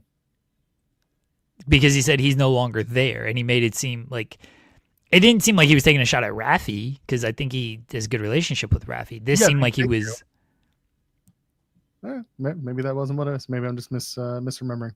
Yeah, I think you're missurmising here. Or am I? I don't think. No, I think you are, because Yeah. it sounded like it was a shot at the person who used to run MSG. Okay. Okay. It's So entirely possible. I don't think there's heat there. I don't. I was saying more just the areas in which they worked. I don't think he was taking a Right. shot at someone, but again, maybe I'm wrong. I don't know if I mean, maybe not a shot, but the way he said it definitely sounded like, yeah, this guy's gone. Oh well. So what I was saying is, I do wonder if that person was like trying to play Tony to get WWE to respond. And again, this is a question for Tony or that person of like, what was your end game here? And we don't know. But again, the way Tony phrased it made it seem like he no longer works there, because he said he no longer works there, not here. So here would imply that they still worked for AEW. True. There more implies that he worked for MSG. That's why I don't think it was Rafi. Okay, that's fair then. Regardless, it could have happened. Oh, I did it. Oh, They could have done MSG. God damn it! I'm very curious as to what the eventual timeline was that brought them away from doing the show there. I mean, we have a semi-established timeline just based on the public announcements here. We know that in September, WWE announced their MSG shows, which means in September, the MSG side with AEW fell apart. And then before that, again, who reached out to who? Or sorry, July. July is when they announced the show. September is when the shows happened. So we know in July, MSG and WWE announced shows for September, which means things had to fall apart between AEW and MSG July 9th or earlier for that to happen. Yeah, I do wonder when MSG reached out to Tony and was like, hey, do you want to do this? I do wonder what the motive was. Was it so WWE would be like, wait a second, no, they're not running there. We're running here. And Tony more or less said like he has no interest in going to MSG, which I believe, because now WWE runs MSG at least once a year. So I don't think Tony really wants to do MSG at this point, because it is still WWE territory, and the fact that they're like actually utilizing the venue, because that was the thing, they weren't utilizing it for years, and that's why ROH and New Japan was like, hey, we'll run this. If they're not going to run it, we'll run it. Yeah. And then WWE started using it basically after that. So I don't think Tony does have an interest in going to MSG at this point. It's also, it's kind of a needless cost, because like I mentioned earlier, you've got to use their union, you got to use their guys, you got to use everything there that's theirs.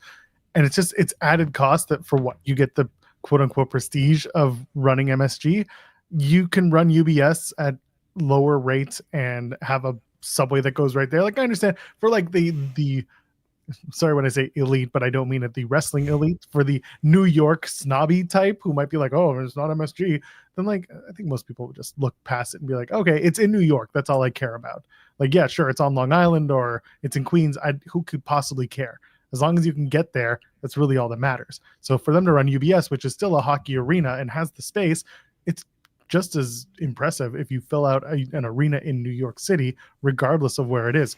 Barclays became a WWE staple because not only was it cheaper for them, but also it was newer and it had more for them to use. And again, it was cheaper to operate because they didn't have to do MSG. They didn't have to use the union staff there. So MSG comes with prestige, quote unquote, but it's kind of old head to expect to want to run there and, be like, oh, we did it. Would it have been fun for the first Dynamite? Yes, because it's a shot across the bow. It is a statement. It is a statement that to me is worth the money potentially lost. They would have sold out the venue. There's no doubt in my mind. They did very well with Capital One Center. They were hot. They were coming in the first TV. It was a big moment. They could have done it at MSG as well. And then from there, they could have ridden the idea that they came into the enemy territory's backyard, pissed in it, and said, this is our place. They could have done something with that. But they, like you said, they don't necessarily have to today because it's not going to have the same effect. And WWE has already established that they'll go back to Madison Square Garden at least once a year if they have a reason to. John Cena's last, New York appearance. was a good example of that. Yeah, they've run MSG twice this year. They ran the show early in the year, I and forgot then they about that. ran. Yeah, and then they ran Cena's last appearance. I don't remember if they're holiday. Usually they do the holiday show after MSG. Yeah, I they're think, not doing it this year. Yeah, I think because Cena's last appearance was so close to that, they weren't going to run 2 shows in the span of 2 months at MSG. Yeah, they utilize it once or twice a year, and so that keeps MSG happy. That stakes their claim, stakes their territory there, and AEW's going elsewhere. They go to UBS. I don't think they've run Barclays or anything like that, but they go to I think WWE's got Barclays locked down as well. Yeah, they go to Hammerstein and everything. So they're doing fine. Everything's good. It was just go to Arthur Ashe too when it's not under renovation. Yeah. You know, they're Tony was just telling an anecdotal thing during a changeover. That's it. Yeah. I hope WWE responds by trying to run Daly's Place. It'd be very funny if they did. They'll take NXT to Daly's Place. That's what they would do. This pissant company. Tenors has sent a super chat saying with AEW running Staples Center in LA, maybe MSG can be done too. So again, the Staples thing is equally interesting because WWE gave up Staples because they got the Intuit Dome, which was bigger, newer, and just more advanced. And AEW was just like, well, that's another venue we can use. And clearly it worked for them the first time.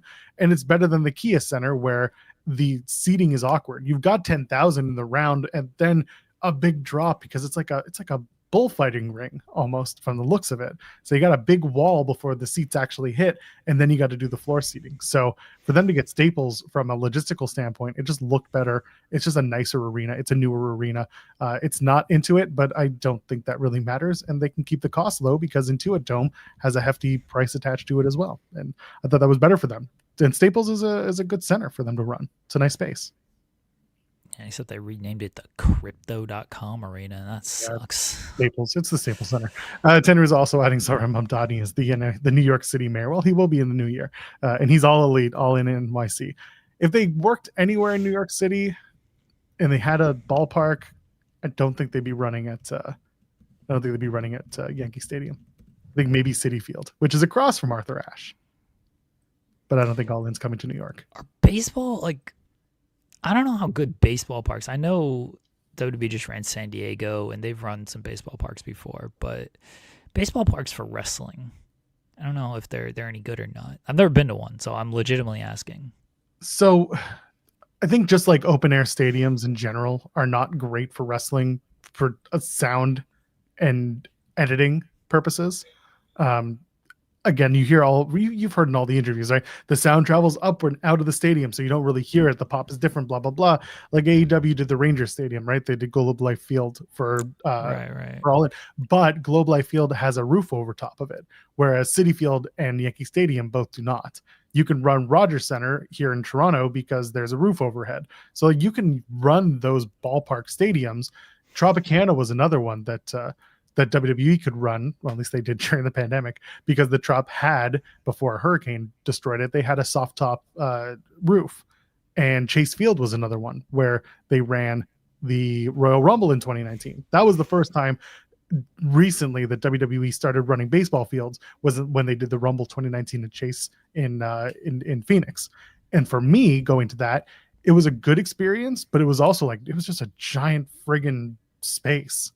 So to me, open air spaces, not so good. Closed big event spaces can work, but you got to be able to fill it. And when they went to All In, they did a good job, got 30,000, and that was good for them. They would have to do the same in other ballparks in the US if they did it. I think they could fill it for a major pay-per-view and things like that. I think they can always get upwards of 20,000-25,000 for these major pay-per-views. I just legitimately don't know what the experience is like watching wrestling at a baseball stadium, because I've never done it. Hey, if it works and people have a good time with it, more power to you. I've just never experienced wrestling in a baseball stadium. I've done the football stadium. I've obviously done regular arenas. I've done smaller venues and everything. I've just never done the baseball stadium.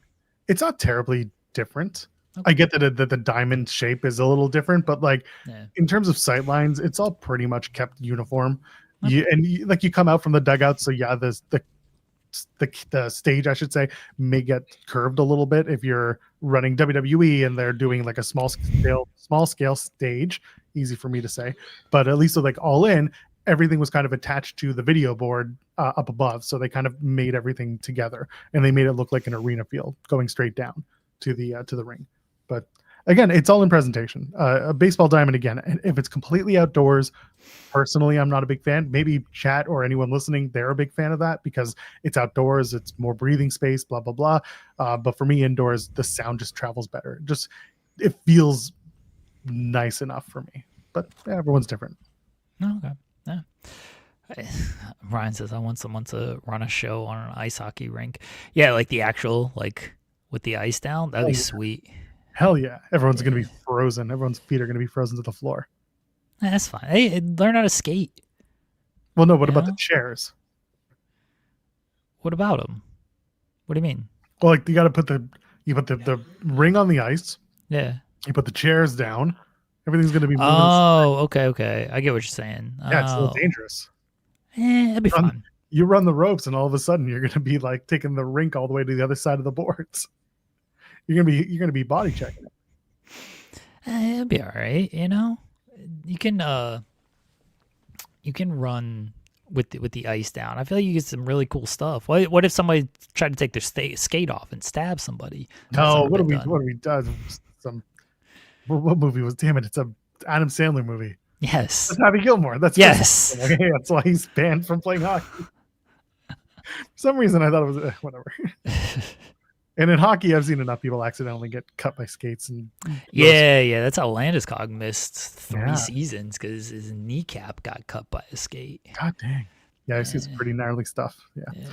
But what could have been 2019? AEW could be #1 by now if they had just run Madison Square Garden that one time. They should invade MSG. They should. Yeah. Next time WWE's there. Next time NXT's running there. Do you think WWE would open the door? Because they for years they were like, oh, they should have opened the door.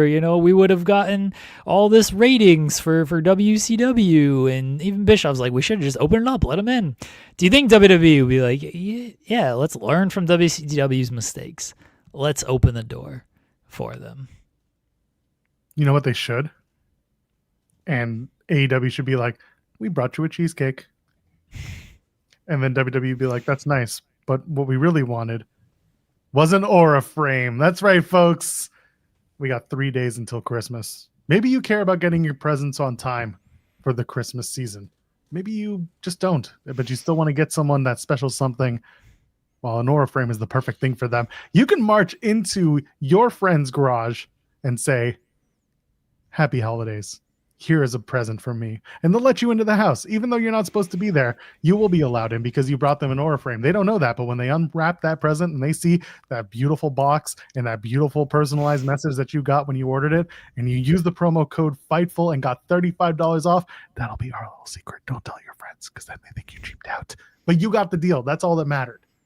And you present them with that aura frame, and you know what's on that aura frame? It's pictures of you and your family and them and their family, and it's solidarity. In this family, we practice solidarity. In other families, we practice friendship. And that's what you do with Aura Frames. You go to auraframes.com, use the promo code FIGHTFUL, get $35 off. You can get the Carver mat. It's beautiful. Sean's shown it off on his stream multiple times because it looks good and it feels good. And it was rated #1 by Wirecutter magazine or online. If they have a magazine, we had a magazine once upon a time. We did. Remember? I know. Yeah, I do. We had about 7 issues of it. But regardless, It was beautiful. It was wonderful, just like your Aura Frame is going to be, especially when you use the code FIGHTFUL. Get that $35 off. Order it now. Order it today because like our friend Jules said, she bought one for the holidays. That thing made it to her door in 24 hours. It's pretty damn good. Terms and conditions apply. Cannot guarantee your delivery times, but I can guarantee you a very good holiday present. Use the Aura app. Update all those videos, all those photos, get them up there.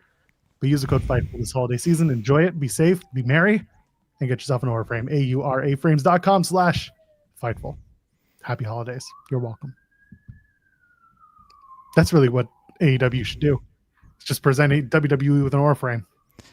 I thought SP3 was back because the sirens in the background. I was like, SP3's back in New York. It's funny because I live so high up, but you still hear the stupid sirens. think that's What the firehouse. happened? We live near a firehouse. That's why. Oh, Okay. fire truck's coming. I was like, we That's don't live near a police station. We just live near. We live near 2 firehouses, so we got that going for us. Okay. Blood runs cold, but not these Aura frame deals. Glacier rules. Shout out to Glacier. Yeah. Telling you, man, these Aura frames, they're gonna save your life this Christmas, literally and figuratively. I mean, I'm fine if we continue doing Aura frames. I don't think we need to do them anymore. I think it was only through December 21st. Oh, was that on the thing? Yeah. Let's take a look. I was just enjoying doing them, and then you set me up for this one. No, it's fine. Like, I don't think they're gonna be mad if we do like an extra one. Oh, what was I doing to get this thing up? Copy. Oh yeah, until December 21st. Oh, would you look at that? Well, you got an extra one out of us, Aura frames. Again, that's fine. Delete that. Don't tell them. You spoiled the AEW shows this week with your text banner. Sorry, it was fine. Is it there? On What? 34th Street, spoilers? It's fine. It's true. I'm out here working for free. We got paid. Damn it. It's fine. It's always fine. Doug, in the new year, you're welcome back. You're welcome back to the show. Doug. I think Doug is Dead? Doug is I think done. so too. He's not dead. To me, he is. He hasn't come back. Stop it. What? We're not killing Doug. Well, just do whatever. Hey, chat, let's not spoil stuff for people unless they want it spoiled. Don't come in here doing that. We do the spoiling, not you. Okay, we do the spoiling when we want to. Only I may dance. Yeah, we're not spoiling anything major. I will not actually spoil AEW. I'll spoil Austin Theory pinning Rey Mysterio. You son of a I get it. I will not spoil like the finals of the Continental Classic or anything like that, or the matches that'll be added to World's End and everything. I'm very excited to talk about what happened with the Continental Classic. I am very excited. Okay. That seems mean. I don't know if we're going to get to talk about it. When are we going to talk about it? Friday, I guess? Friday. Are we doing a show on Friday? Aren't we? Are we not? Okay. I don't know. Yeah, when are we not doing a show this week? Just Thursday? Just Christmas? I mean, what do you want to do? We can take a couple days off. I don't ever want to take days off. I do. I'm more than okay with that. You get Christmas off. Yeah, I get. Oh, look at us. Happy Christmas. The Jew didn't get Hanukkah off. Anyway. You could have taken that day off. It's 8 days. You could have taken all those days off. That's fine. You took some of them off. That's fair. Billy Gratz sent a nice super chat saying, Merry Christmas to you both. Hey, once again, no, I'm just kidding. Thank you very much. I appreciate it. I'm not going to be that person.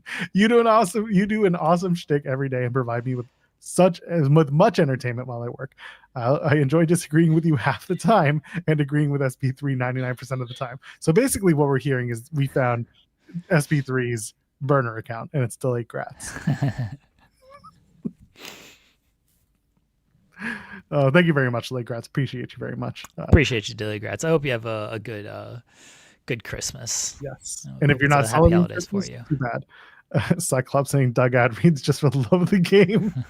It's true.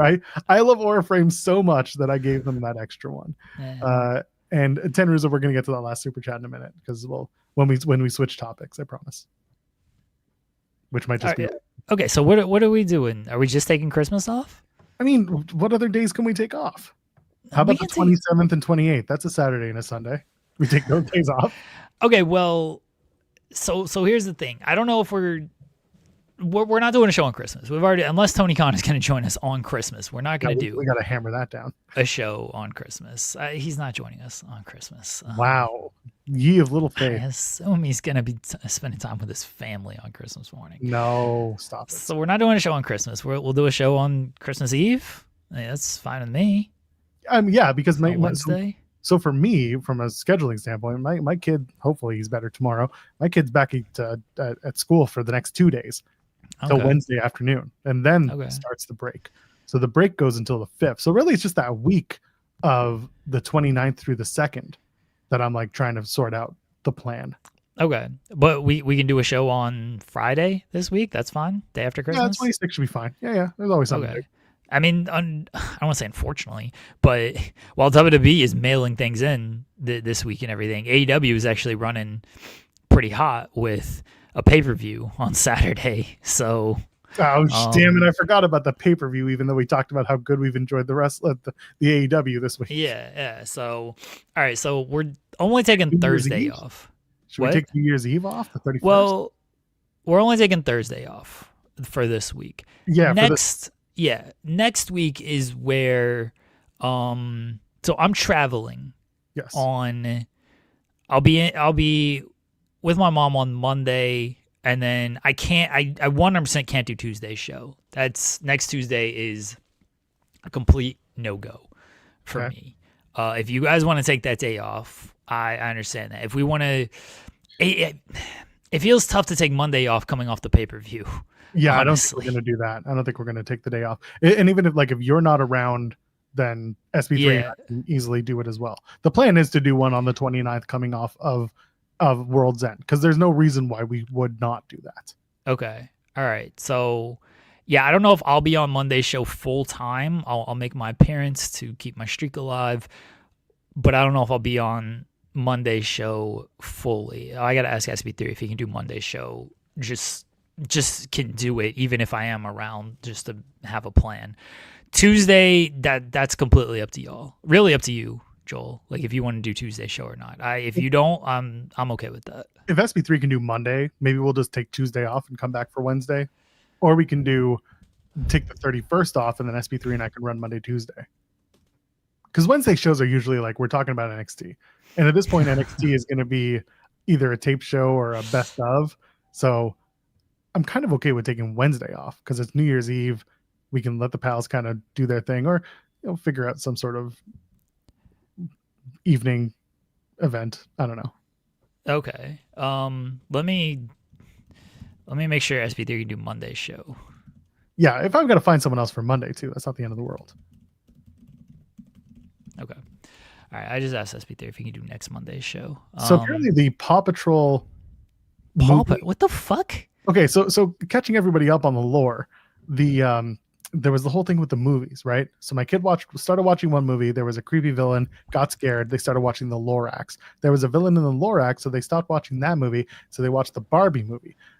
We found out Barbie has parents. That's not important. But apparently there is a bad guy, but it's a giant spider in the movie, and he got screamed. He said, "I don't like this." So they're watching the Paw Patrol Christmas movie. Now, apparently in the Paw Patrol Christmas movie, there's a Black Santa. So apparently, while they can't do Hanukkah representation, Netflix will have a Black Santa, which is great. Yeah, it's called Friday After Next. Paw Patrol. Anyway, so for those who have been following along my son's watching a movie this morning experience. When are the Wheaties? Oh, Christ, I don't know. January 2nd? That's a Friday. We're going to have nothing. Why not do the 5th? Because we'll be on Maine. No, because we got New Japan Wrestle Kingdom to talk about too much on Maine. I guess. I think... Second? I guess the Friday the 2nd? Sure, I guess. Yeah, because TNA's not running anything important on the 1st, right? Aren't they doing a best of show anyway? Yeah, they're off the 25th and 1st. Yeah, so I think Friday, the 2nd, should be the Wheaties. Okay. Is that fine? Yeah. Okay. All Did right. we sort out the 30th and 31st? That's I don't know. What? Okay, no, we're waiting. Hey, SP3, Okay. check your messages on Twitter because I know you're in this chat. Yeah, hopefully it went through. I don't know. Twitter's dumb as hell. I got it.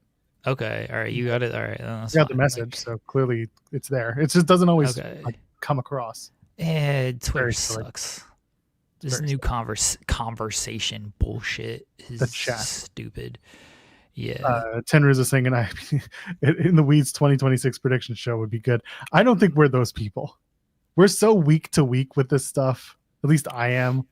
We usually just think of the most ridiculous, stupid shit. Like here's the thing: if you come here for the wrestling talk, I'm so sorry. I'm so sorry. Yeah, I don't think we'll do Rare Beast. It's not a Paw Patrol spider. It's the Barbie movie spider. It's a big spider in that one. But yes, no ITW 2026 prediction show. Yeah, I don't know if we'll do prediction. We will do the Wheaties. Maybe we'll do like one prediction for the Wheaties. You know, something like that. We're not gonna do like a full on prediction show. We are live 5 days a week. I feel like we do predictions all the time on this show. I want to do like an overarching prediction type of thing. Like, hey, this is going to happen. Henry saying predict Dynamite this week. Buddy, we wouldn't be predicting it. I'll tell you that. We'd be very Paul Heyman in this one. Yeah.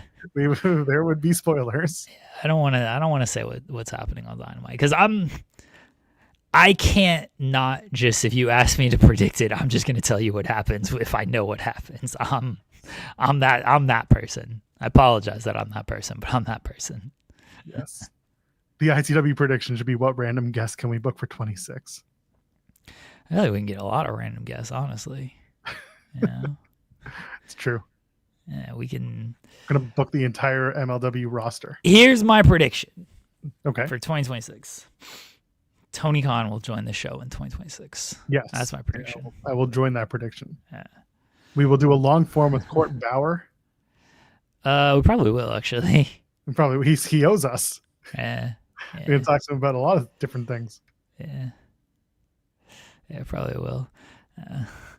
Fine. We're cowards for not doing predictions. Who cares? Who could possibly care?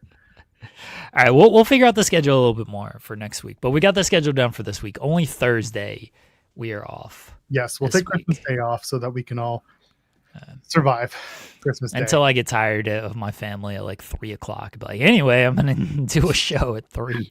See, that's when I'll be with my family, so probably y'all can do whatever you like.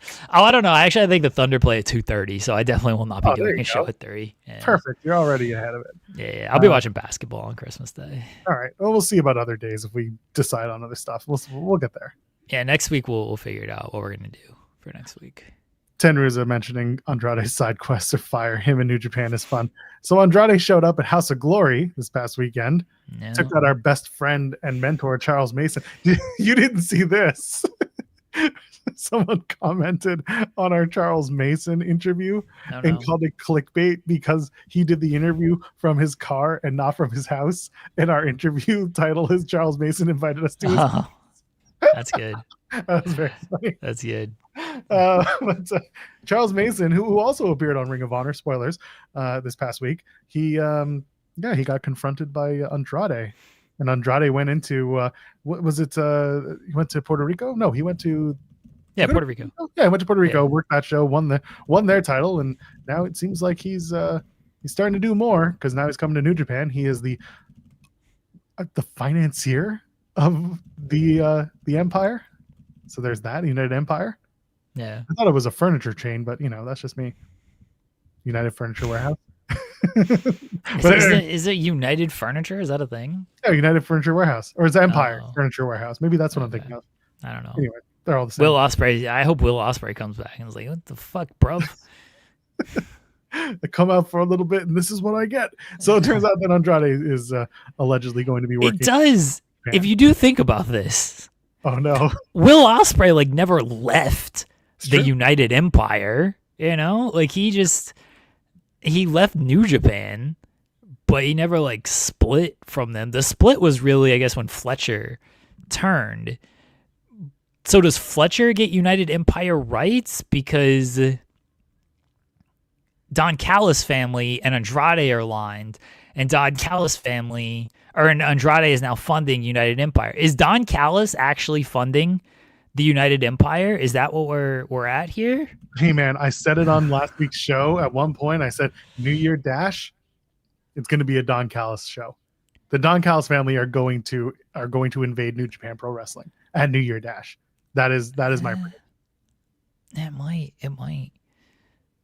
I think that's where we're at. I think that Don Callis family is funding the United Empire. It's the United Don Callis Empire. The UDCE. What? The United Don Callis No, Empire. I get it. That's what Don Callis needs, more fucking people. It's the DCU. They're partnering with DC I don't Comics. think you can. I don't think they can get away with that one. He would try so hard to get the Don Callis universe as his new thing, and DC would be like, "No, I don't think so, Batman." More like Bald Man.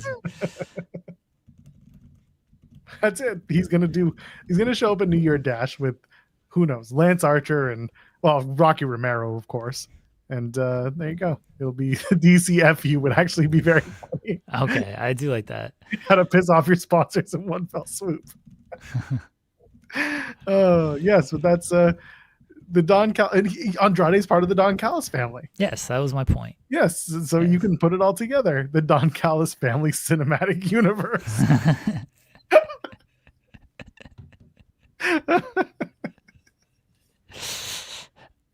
All right, I'm all for DCFU. We did it. I think this works. They're going to get the United Empire, and it's going to be the DCFU. Yeah, I'm for this. All right. Well, Andrade coming in and working New Japan is positive steps if you're, tracking Andrade's return into AEW. Hopefully this means, by the new year, by 2026, he's hopefully eligible to start working on AEW television again. That would be nice. If he's working New Japan and that's what he's got to do for the next 6 months, I mean, there are worse things that you could do. If he can work everywhere except for AEW, which is a stupid, batshit crazy, thing to put on a contract or an agreement, then sure, whatever. But if this is him being allowed to start finally working on TV again, good for Andrade. Yeah, I'm happy Andrade is able to get some work in here. I don't think that 1 year thing was never gonna hold, of like you can't work anywhere for 1 year, and maybe we don't see him on AEW for until October or September of next year. New Japan is a good little fallback for him because they need some talent over there right now. The fact that their Tokyo Dome show is being headlined by a guy who's going to retire, a guy who works for AEW, and a guy who works for AEW is a little bit of an issue. They need some regulars who can make waves in that company, and they're trying. They are lifting some people up right now, but to have a stable, hopefully stable, with Andrade, you never know with his plans and his bookings. But Andrade are two words that just yeah. A name, a well-known name who can contribute and hopefully do the tours and everything, wants to do the tours and everything, like that would go a long way for them based on, again, the people they're bringing in for Wrestle Kingdom and the people they're going to lose after Wrestle Kingdom. Yeah, so this is hopefully a shot in the arm for New Japan, and they really do have to continue building some of their newer talent, some of their full-time talent, some of their New Japan, they're youngins, not their young boys, but they're young talent, like that Tetsuya Naito. I don't know if he's going to return to New Japan. I don't think so. If he does, maybe for a one last match type of thing, not a retirement tour, but like a goodbye Naito. Oh man, Toru Yano should have been champion by now. I mean, Yano doesn't even wrestle anymore at this point. Poor Toru Yano. He's too busy booking the territory, brother. Which rules. Yeah. Yeah, nice. Him and Tony in a room together trying to book. Yeah, unfortunately Naito is kind of cooked. First of all, how dare you? He's working in Japan, in Germany. That's the Germany of Japan. The Japan of Europe. Yeah, Naito's been cooked for a little while, unfortunately. Wow. Jeff Jarrett needs to finally get that retirement run. Yeah, that would be great. That's it. I do want Jeff Jarrett. Jeff Jarrett should come back to New Japan and be like, Bullet Club, I'm here. Your leader has returned. just reestablish Bullet Club as the top faction. I don't want to get too deep into it, but like Jeff Jarrett's remarks on the Cena the Cena stuff, I thought about it from the Jeff Jarrett really wanted his own retirement run at the same time. Yeah, that felt like him just getting. Sorry, this is funny. Joel just said Germany. Yes, he did. Yeah. And I stand by every word. Yeah. I don't even know what that means. It doesn't need to mean anything. Okay. Jarrett just saw it as like he was getting pre-mad for his own retirement, is how it felt to me. But it was just very funny watching him react to the Cena stuff. I was like, "Oh, you poor sweet summer child! You couldn't get your retirement run." I'm still convinced Jarrett went into business for himself on that promo. I think he smooth talked Mr. Khan out of that one. I'm convinced he went into business for himself. Tony was like, "Go out there." Jeff is like, "I want to announce that this is like going to be my last year, and I'm going to go on, this retirement run." Tony's like, "Okay, all right, go say whatever you want." And Jeff is like, "I want the title. Put the title on me, slap nuts." Well, then what, Jeff? Then I beat everybody. Fuck. Hit everybody with my guitar. Hardcore double J over. And Tony was like, Tony's like, "We're not doing that." So. Cowards. I like this though. Ryan Lambert saying rebrand House of Torture into the House of Slapnuts. Oh, that's good. We had the House of Slapnuts. It was the NWO 2000. Yeah, that's kind of true. That's kind of true. The best in the NWO had ever looked. The House of Poor Judas Jeff. Jericho. I do think that Jeff should get like a little run. He doesn't need a full on retirement tour like Sting and John Cena got or anything. But I'm not saying. Oh, go ahead. He deserves to say goodbye at a baseball stadium in Tennessee. Yeah. On a show that he booked by himself. I'm not saying Jeff got like fucked over in AEW because he was 50 when he entered the company and getting paid. Yeah, but he was brought in to do like the live event stuff, and then they cut the live event stuff like 2 weeks later. Like that does kind of suck. And then they just had to like utilize him in some way. And they brought in Satnam Singh, who was supposed to be, a big player in India. And then that never really got off the ground. And remember they did the Satnam Singh Samoa Joe thing that went nowhere. Like they did all of that. That went nowhere. You're telling me Jeff can't work a match against Big Boom? Come on now. We can do Jeff and Big Boom. I mean, I'd like to see it. That'd be a hell of a match, honestly. You can do Jeff and Satnam Singh versus Big Boom and QT. I guess so. Just do Jeff and Big Boom. We don't need to do this tag team bullshit. Well, he's old. Nah, they can do Jeff and Big Boom. You put that on the opener in a show in honestly, get a headline. You put that on a show in Tennessee, you're gonna sell out, and it's gonna be the best match on the show. It might be the best match of the year. Is Big Boom gonna be the heel? Yeah, Big Boom can heel. Can he? Yeah. Nah, I feel like Big Boom can heal, I would personally like to see that, because that boom stuff, people get sick of it. People are gonna boo it when he does it. You know what I mean? Like, I don't actually think he needs to do like too much difference on his heel work. He just needs to go boom.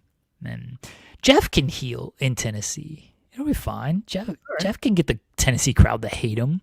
Well, that's a low bar. Or fine, do it in Orlando, and then the crowd's still pissed from all the TNA days. It's perfect. Oh. Where are we folks, my genius is about to be on display in the final month of the year, final week, final moment, final week of the year. Jeff Jarrett, Big Boom, Orlando, Universal Studios. You can run that. I think it still exists. Maybe it doesn't. I don't really care. For this experiment, it is. Run it at Dailies. I know that's not Orlando. Anyway, Universal Studios. Jeff Jarrett, Big Boom. Rizzler's going to be there. Jeff is going to heel on the Rizzler. He's going to, punt the kid and everything as he, Riz faces. He's going to beat up Big Justice and everything. And Jeff is about to hit Big Boom with the guitar. And you know what we hear? Ah, wow! And Monty Brown, baby! Monty Brown comes out and he hits the pounce! That hurt. Period! That hurt On Jeff Jarrett. Why did that hurt my eardrums so much? Why would you do that? That really hurts. I'm sorry. Tenders is happy for Chris Brooks in New Japan. Good for Chris. Pounce, period. Hear that in the other room is what you could do. Pounce, period. He hits it. He hits the pounce on Jeff Jarrett, and Big Boom wins. I'm sorry, everybody. My child is reacting to this. Is he? You bet. Was it really that loud? Yeah, I heard it in the other room. Oh. We're going to get messages about that one. Is your wife watching the show? Yeah, apparently they are watching the show. Oh, that's not good. So, there you go. Not the whole thing, just now. Hi. Oh, my bad. I apologize to all of our audio listeners, which is all of them. You have been told by my son not to yell inside. You should be better. I'm outside, though, so... I guess by that, $2 to go to your new headphones for everybody. You're going to be buying new headphones for all of us. Yeah, busted eardrums, more like it, right? I'm sorry, everybody. That was not my intention to ruin excited. Everybody's hearing. I was very excited over my great idea.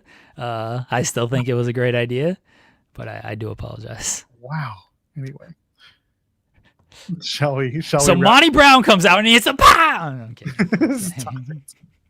Raw's tonight. It's taped.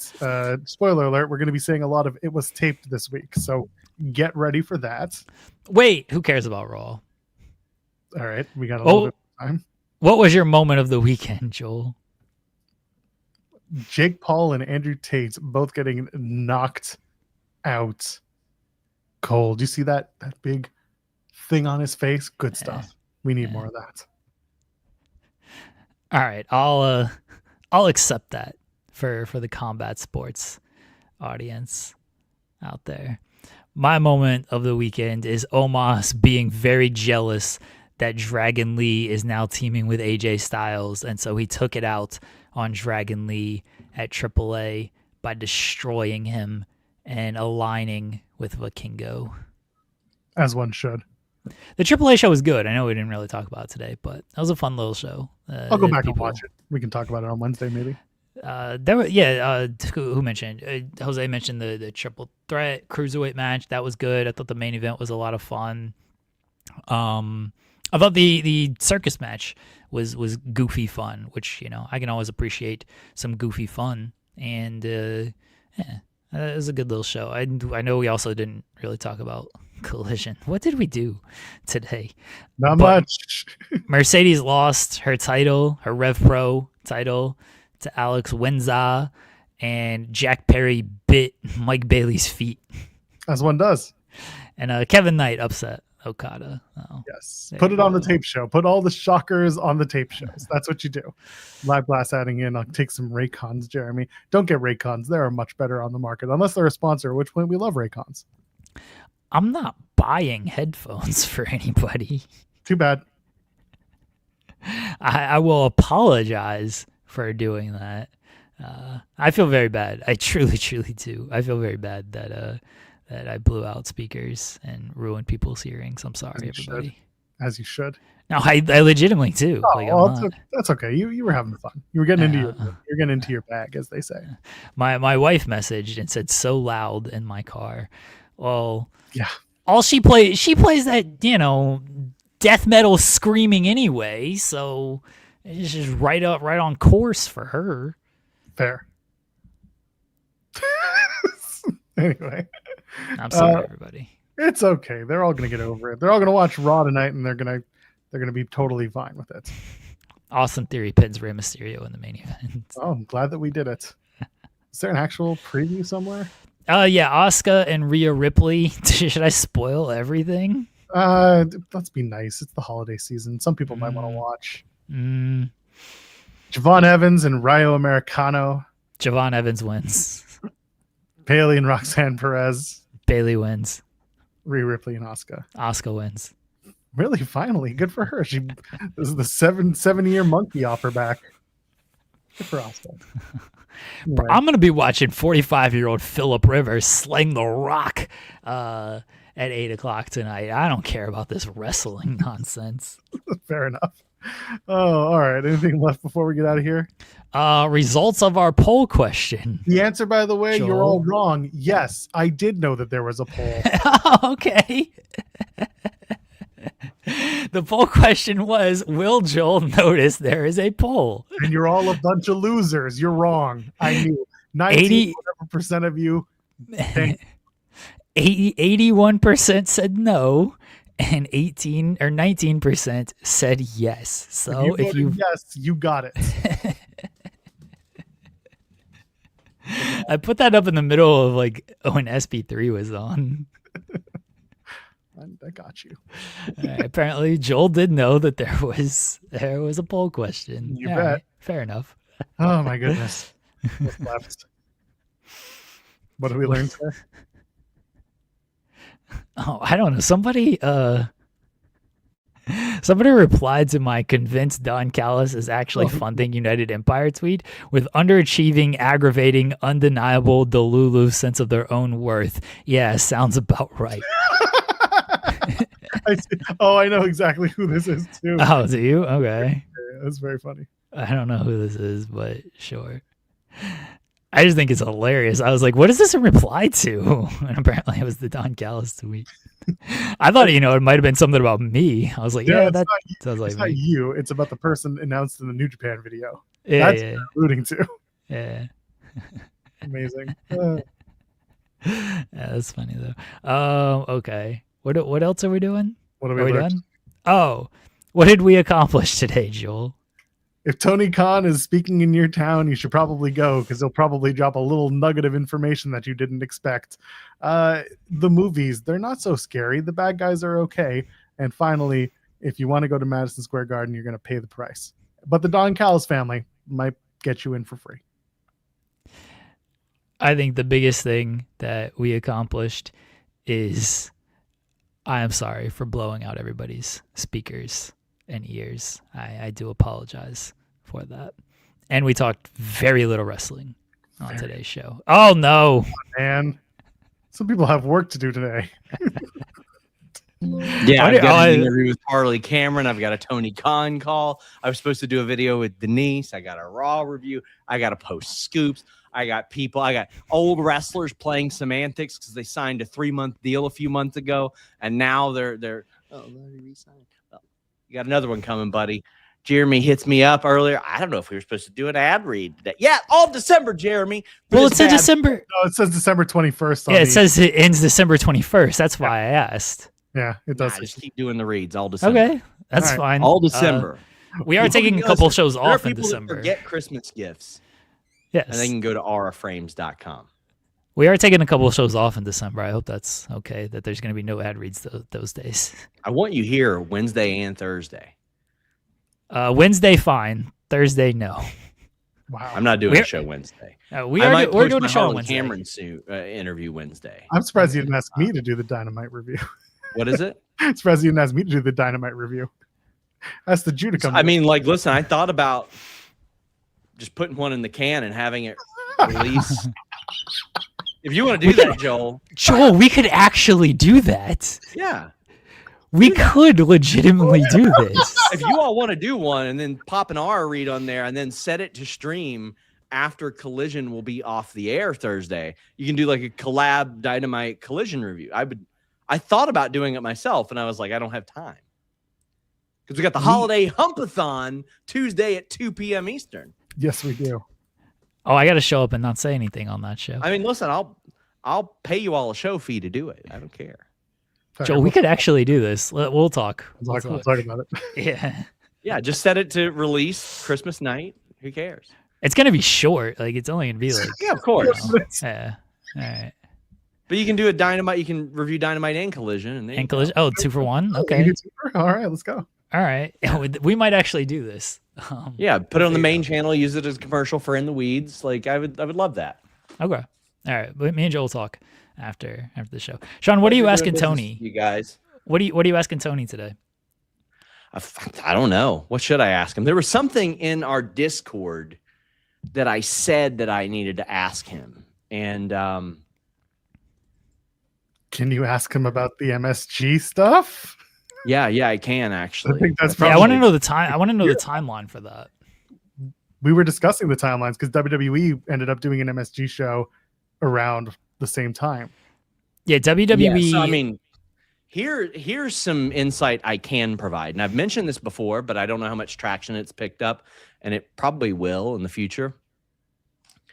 So I did a show with Riddle back when he, like around the time he had his tryout, right? And he blew through that tryout. Like I had people that told me back then he made a joke of that tryout and they were impressed. Like they were trying to blow everybody up and he was like doing additional like sprawls and squats and everything. Like, what else you all got? And they said, all right, we're bringing you in. Then they Googled him and they saw a bunch of weed stuff. Imagine that being the worst concern for Matt Riddle. Like weed. Are you kidding me? And they're like, okay, well, we're not going to hire you right now. And he said, okay, well, I'm going to go work at Ring of Honor. Okay. And they go, no, don't do that. Go to Evolve. We'll get you booked at Evolve. And he got so many bookings with WWN in the Flow Slam era that it was a full-time job for him. So fast forward about a year and a half, Ring of Honor, New Japan, mid 2018, right? They're like really making a play as like number 2. TNA is no longer number 2. It is ROH/New Japan. Well, after a year and a half, 2 years of working WWN, Riddle was like, all right, I'm going to take work with ROH in New Japan here because New Japan's willing to try to get me into the company, all that. He would have paid a lot more. And that's when they announced the MSG thing, of which New Japan and ROH had been working on for a number of months. So they had to have worked on this since at least spring of 2018. That week, if you go back and look at the announcement of the MSG thing, that's when they hired Matt Riddle abruptly. WWE was like, all right, we don't want you working ROH, New Japan. And that was also the week they had Hulk Hogan come back and do his phony apology. And somebody was telling me, like, they didn't even want the possibility of Hulk Hogan walking out there and waving to an MSG crowd or anything like that. Like, they got, like, spooked over that MSG thing. And then they worked on getting their exclusivity back. I don't know at what timetable that happened, but I actually will. And somebody says, ask if you can smoke weed in AEW. Well, I don't have to because I can tell you, yes, you can smoke weed in AEW. Because I have literally sat 2 feet away from AEW wrestlers as they smoke weed. There is not a company of which I have not physically witnessed people smoking weed from. There's no stigma associated with it. I think it's banned in GCW. I don't think you're allowed to do it there. That was so when I was doing my build for the clusterfuck. That's one of the things that I did. I was like, these GCW wrestlers and their illicit substances. So here's the timeline we have on the MSG thing to give you more information, Sean. WWE ran the show early September. They made the announcement early July that they were returning to MSG. And then a couple weeks later, AEW announced that the first Dynamite was going to be at Capital One. So my summation is that they were going to do the Dynamite episode, or that they talked to MSG probably April, May, June, and then at some point WWE jumped in there and was like, no. I saw someone claim that MSG had that date booked out like a year ahead of time, to which I replied, well, hold on. Look back at the trademarks from early on in AEW. Originally, AEW were angling for a Tuesday night show. But when they got with WBD was like, Tuesday's basketball night. Y'all can do Wednesdays. Like, I think AEW would have preferred Tuesdays. But, there you go. Yeah. I also want to know, and maybe this could be a follow-up to Tony, because he mentioned that the person who talked to at MSG was no longer there. I got a tinfoil hat. Was that person using AEW to try to open talks back up with WWE? Like, were they playing AEW there? I just curious. Interesting. Yeah. It I is got questions. Tony should join this show, and I can ask him all these things. Yeah, could you ask Tony? I got it. He can get in the weeds on this Madison Square Garden content. You guys have seen me physically push Well, you bet.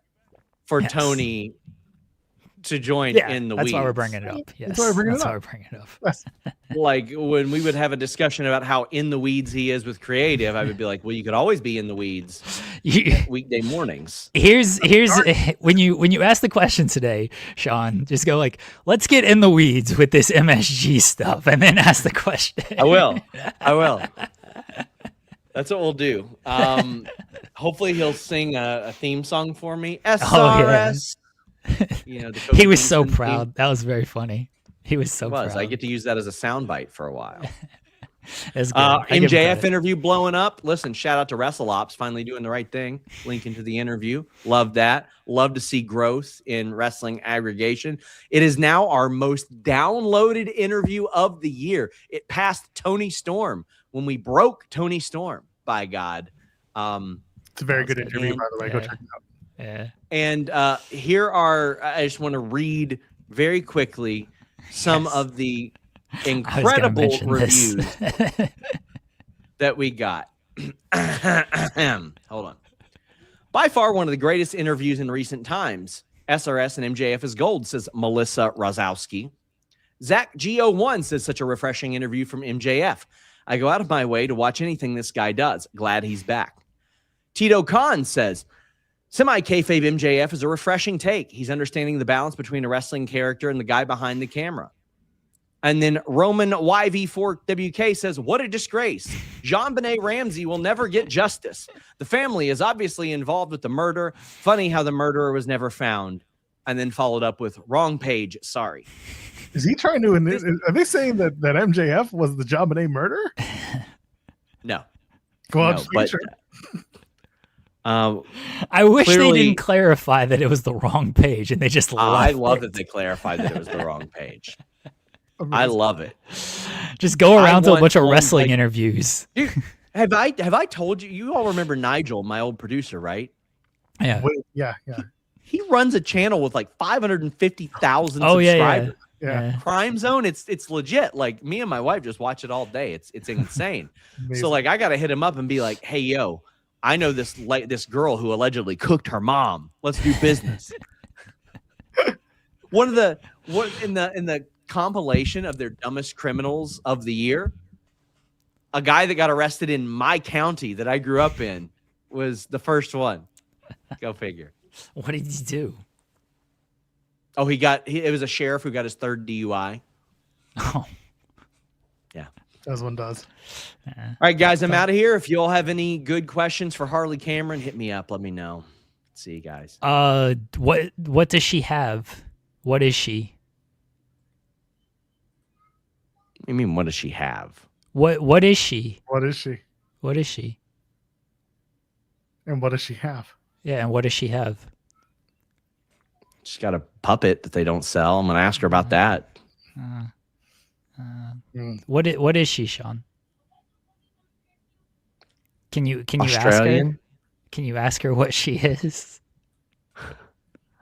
Can you ask her what she has? She's got wrath. I know that. Okay. Yeah, she's a babe with wrath. There you go. Yeah, I know that. Like, I don't have to ask her. Well, even if you know that, Why? you have to ask her to get confirmation. This is just like how I had to confirm that what's her face? Lola Vice was a Latina.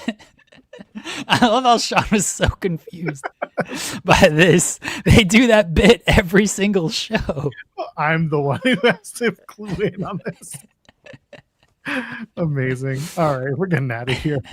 Tomorrow, Jeremy and SP3 talk about who knows what. Probably I ain't tomorrow. talking about Raw tomorrow. It'll be the MSG follow-up for whatever the conversation is on the call today. Might That be, calls- honestly. That call I think is at 1:30, so we'll have it on our main It's at channel 2. by the It's afternoon. at Is 2. it 2? So we'll have it Yeah. on our main channel feed by later on. So go check that out. I'm so scared. I hope Tony doesn't do that. If Sean does frame of like, let's get in the weeds about the MSG thing, I don't want Tony like actually mentioning me or us. It's over, man. I don't. He doesn't follow me yet, so it's probably for the best. I He don't. I'll peek behind the curtain because I know the likes aren't visible, but I made reference to him reading the David Zaslav holiday letter before Dynamite tapings, and he liked it. It was such a stupid thing to like. I Anyway. don't. Tony likes a lot of stuff. So He does. you I just know, thought it was very funny. I was like, I didn't mention you. I didn't use your last name. I just mentioned Zaslav and Dynamite, and somehow you found it. Tony. The best. Anyway. All right, let's get out of here. Bless Anything- Tony. Love Anything him. else to plug? I don't think so. I don't know. What's happening? Tomorrow is a show, 10 a.m. Eastern, you and SP3, Yeah. talking about who knows what, who knows when. I'll be on the Christmas show saying nothing That's right. tomorrow. I might show up too. We'll see. All right. You know who he is. I just said his name. You know who I am. Leave a thumbs up on the way out. Ladies and gentlemen, friends beyond the binary. We'll see you in the next one. Cheers.